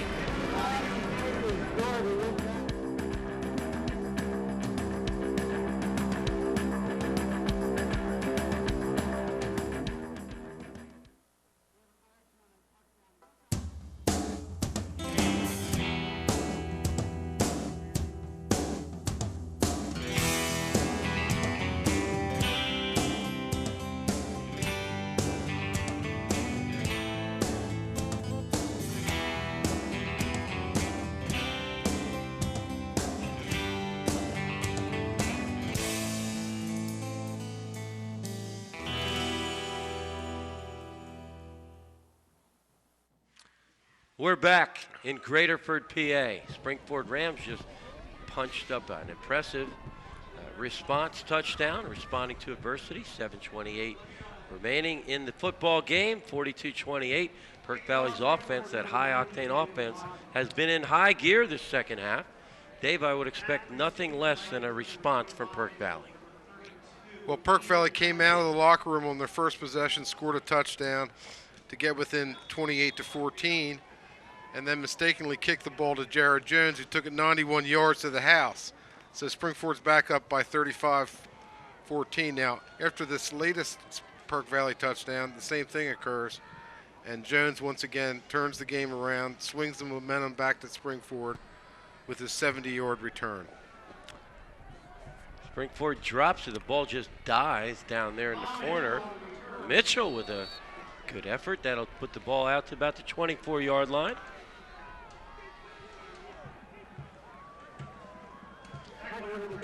Want to wish good luck to a former player of mine, Eric Zippe, the head football coach at Simon Gratz. They are undefeated at 9-0, playing in the Philadelphia Public League playoffs tonight, and they are a potential opponent of Pottsgrove in state playoffs if Pottsgrove can advance through District 1. They would have to beat Archbishop Wood to play Pottsgrove. Bonomo off the left side does well to get out of bounds. All that time so precious now. You find yourself down 14 points. There were just a little bit over 7 minutes left, so Perk Valley doesn't have a lot of time here. Perk Valley normally gets off 60 to 70 plays a game with this no huddle, hurry up spread offense.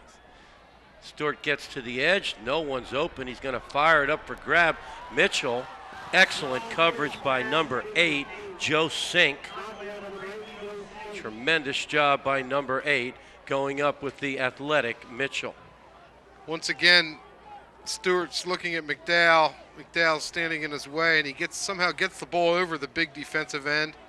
Downfield, the ball's a little bit underthrown, but very well defended. Both of these teams compete in Class 4A.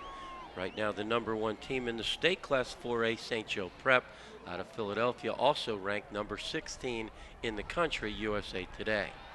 Bonomo slips on the turf on 3rd down.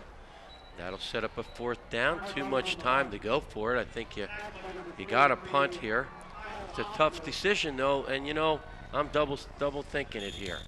You're down 2 touchdowns, you might have to take a shot. Absolutely. Yeah, the clock's ticking at 6:48. So this becomes a defining moment in this football game. They're signaling in the cards right now. They're going to take their time to make sure they have one of your favorite plays on 4th and 7. Here you go. Stewart drops. He looks. Fires it over the middle. Complete! Clanagan with a clutch reception. Perk Valley literally with their Pac-10 backs against the wall. Their District 1 playoff hopes against the wall on 4th down, and they come up with a big play. Nice chuck by Stewart. Once again, it's good protection for Stewart. The ball was a little bit behind Clanagan, but he came back and made a great catch. Knew where the sticks were, got the ball to the 1st down marker, and Perk Valley continues. 6:12 and counting. Stewart going to roll to the right. And again, the big wingspan of Zemak, 6'6", 230 pounds, star basketball player, and he just swats it down. Watched him since 9th grade. I actually did his first game ever in his basketball career in 9th grade. He was the starting center on Springford High School, and they had a real good team. They've been great all 4 years that he's been there. They expect them to be in contention for a title again. They are the defending champion in Pac-10 football, Springford Rams, and they still might have something to say about that, depending on what transpires up over the hill here. Ken McKnight, did he get out of bounds? No, he did not. He got the 1st down, though. He got the 1st down. That should momentarily, now they're going to stop the clock so they can move the stick. And it is a 1st down. That's big with 5:50 and counting. They need 2 touchdowns. Again, for you fans, maybe you're joining us late. What's at stake? The winner of this game goes to the playoff. The winner of this game could also share the Pac-10 title with Pottsgrove. Stewart dancing. Nowhere to run, nowhere to hide.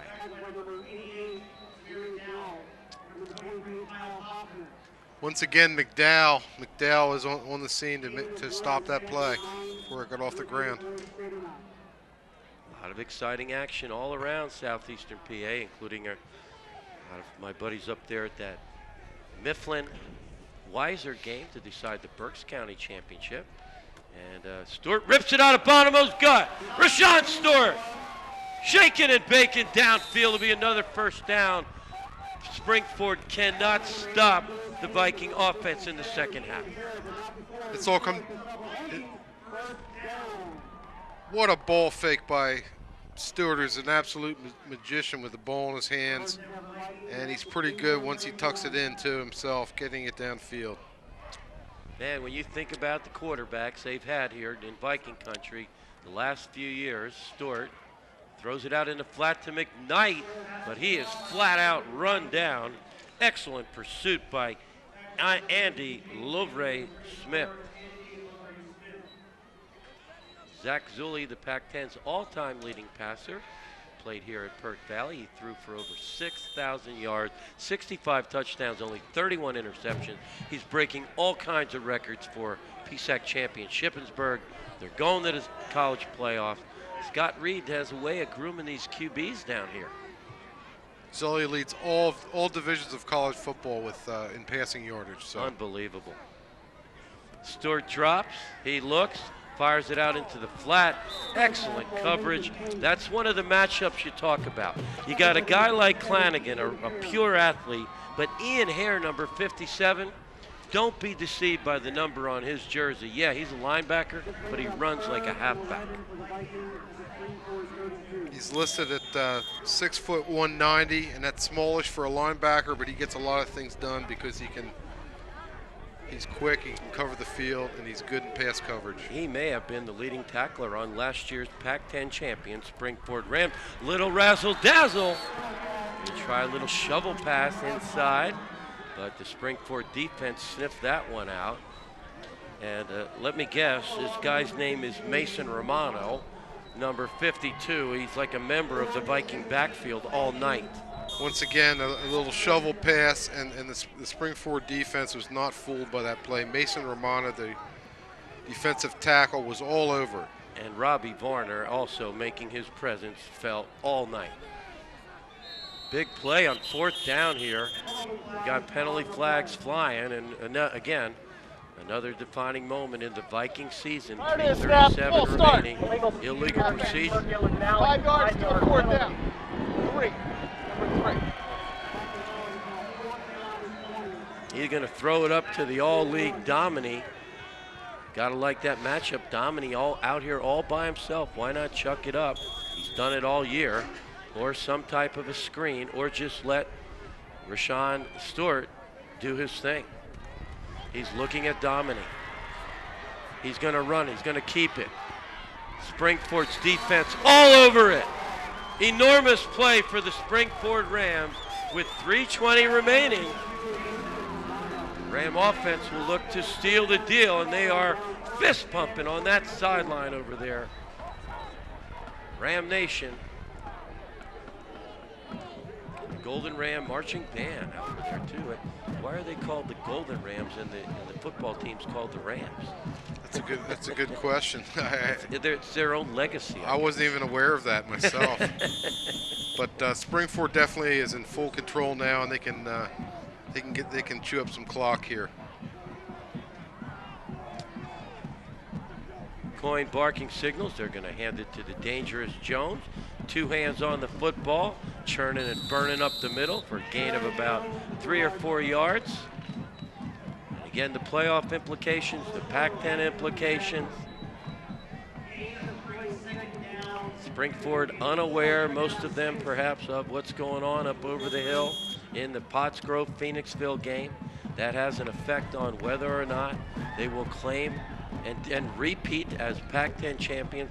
One thing they know for sure, they hold on here, they win, and they punch their ticket to the playoffs. Perk Valley still mathematically alive. If they lose this game, they could go in the back door and get on the road in the playoffs.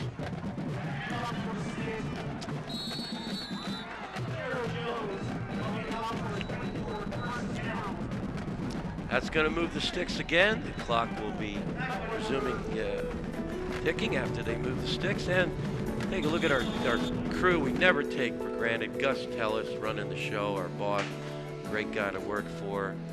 Assistant Director Marilyn Miller. There's so many of the little things that we appreciate. And our crew, Dave Oxenford, outstanding member, one of my favorite churches, Morning Star. Really nice guy to talk to at halftime. And coin barking signals as we continue our credit. There's a fumble in the backfield. Jones alertly picks it up. See if he can stay in bounds. No, he goes out of bounds. And there's a late flag. Camera 2, Bucktown zone. The legendary Matt Wagner. He's an O&J guy like you, Dave Kurtz. Camera 3. One of the classiest ladies I know. Our sideline warrior, Debbie Tellis. Personal foul against Perk Gilman Valley. Someone losing their cool. Don Lupacchino up there at camera 4. Eye in the sky as we get the call on the field.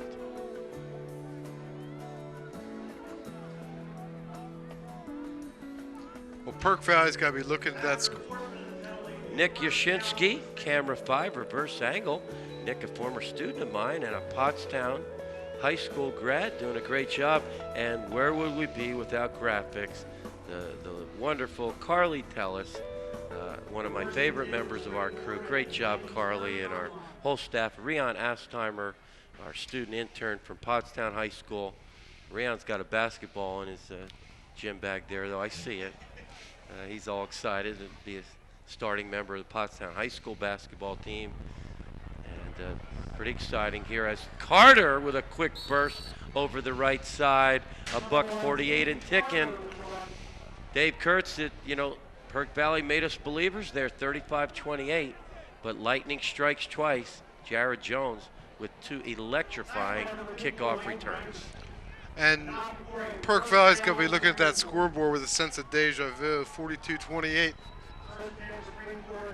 All right, let's break it down to keep it simple. Dave Kurtz, break it down. We got Springford's going to advance. If they're in the top 8, they get a home game. What about Perk Valley? Perk Valley is in trouble. Perk Valley is in serious trouble. They're going to need a lot of help. But they are mathematically alive. So Perk Valley, if they mathematically survive and finish in the top 16, the top 16 go, they would be on the road against Downingtown East or Ridley, two of the top teams in the state. Springport, I got a chance, the way things shake out, they may be at home next week. They could get a home playoff game. Yep, that would be very exciting in Ram Nation to have a home playoff game and play. And there, of course, is the AAA standings. Pottsgrove already clinching the #1 seed. Phoenixville still very much in the mix, depending on the outcome. Even if they lose to Pottsgrove tonight, Phoenixville will more than likely go to the playoffs. And we have a great chance, we got our fingers crossed, of Strathaven visiting Pottsgrove. That would be my dream matchup. A little bit of paybacks, even though we already paid them back one time. It's time for payback #2. Pottsgrove would like to get rid of that team early. and it'd be nice to see Phoenixville have a chance to advance also. Oh, that would be sweet. And a lot of people think, however, that Westchester, Henderson, and Pottsgrove are the two best teams at the AAA level. But Interboro might have something to say about that. Right. Well, that's what the standings say, and the standings never lie, right? Here you go, Youssef Lundy inside the 5-yard line. That might we be are down to 5 seconds left in the football game. We don't know the outcome of the Pottsgrove game yet. Springford could still celebrate a Pac-10 title tonight, but for right now we do know this. The Springford Rams are going to the big dance. They qualify for the playoffs. Final score 42-28. Don't go away. Dave and I will be down on the field to wrap this baby up.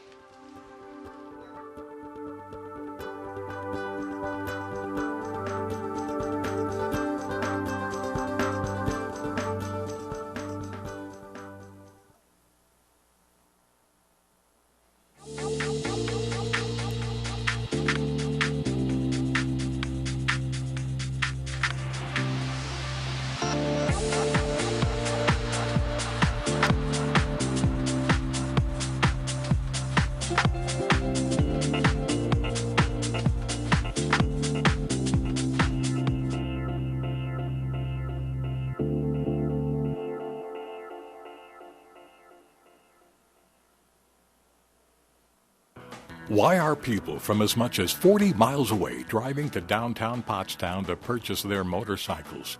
It's simple. KISS Cycles is over 99 years old. They've earned your trust and respect. You'll get a fair deal and a great service department too, second to none. You'll find a large inventory of new Honda and Royal Enfield motorcycles, scooters, and ATVs, and used units of any brand. And KISS Cycles has a financing plan to suit the budgets of all qualified buyers. KISS Cycles, 18 High Street, Pottstown, or check us out online at kisshondas.com. Score with big savings at Saratoga Thriftway. Our large selection of food, drinks, and household items at great prices will keep you coming back. Stop by the deli and order a big party platter so you can be fully prepared for the big game. As always, our friendly staff and fast checkout will make your shopping experience quick and enjoyable. Our full-service U.S. Post Office allows you to finish all your errands in one place. Saratoga Thriftway is celebrating our 13th anniversary of serving the Tri-County area. So stop by and check us out so we can check you out. Hey, welcome back, everyone. 42-28, our final. Springford victorious over Perk Valley in a very important Pac-10 football game. Now let's break it down. First, on the Perk Valley side of things, Dave, Scott Reed and his team, always a spirited effort. Rashawn Stewart, their quarterback, proves again why he is an impact player. I thought it was imperative that they throw the football, but they were not that effective in that department. But really, when you look at the overall game, I think it comes down to that component we've talked about all year, special teams. Special teams were big. Perk Valley trailed 28-7 at the half. They come out and they get a touchdown right off the bat. And then they made the mistake to kick the ball to Jared Jones. And Jones took it 91 yards to the house. So they're back in a 21-point hole. And then again, it happened later in the fourth quarter after they had closed within a touchdown. They kick it deep again to Jones, and Jones took it, 70-some yards down to the 5-yard line. So special teams are very critical. I mean, you have to execute offense, defense, and special teams. And tonight's special teams were the difference. On the flip side, we look at the winning team. Congratulations to Coach Chad Brubaker and the Springford Ram Nation. Punches their ticket. They're going to the big dance to playoffs, and they may even have a home game. You look at their body of work tonight. This team works feverishly on defense, but I think on the opposite side of the ledger, the offensive line, Jared Jones, one of the top running backs in the state, but again, special teams proved to be the difference for the Rams. Springford had 425 yards of offense tonight, and I think they just had a little bit too much strength up front, and they had too many horses for Perk Valley, and the number one horse, of course, was that thoroughbred Jared Jones. So we want to say that mathematically Perk Valley still alive. Good luck. We hope you get in. Congratulations to the Rams. And also, we just got a call from Phoenixville. Congratulations to the Pottsgrove Falcons. They are the undisputed champions of 2012 in the Pac-10. And good luck to the Springford Rams. Hopefully it'll be a November to remember. For Dave Kurtz, I'm Bernie Gallagher and our entire hardworking PCTV Network staff. Thanks for watching and good night.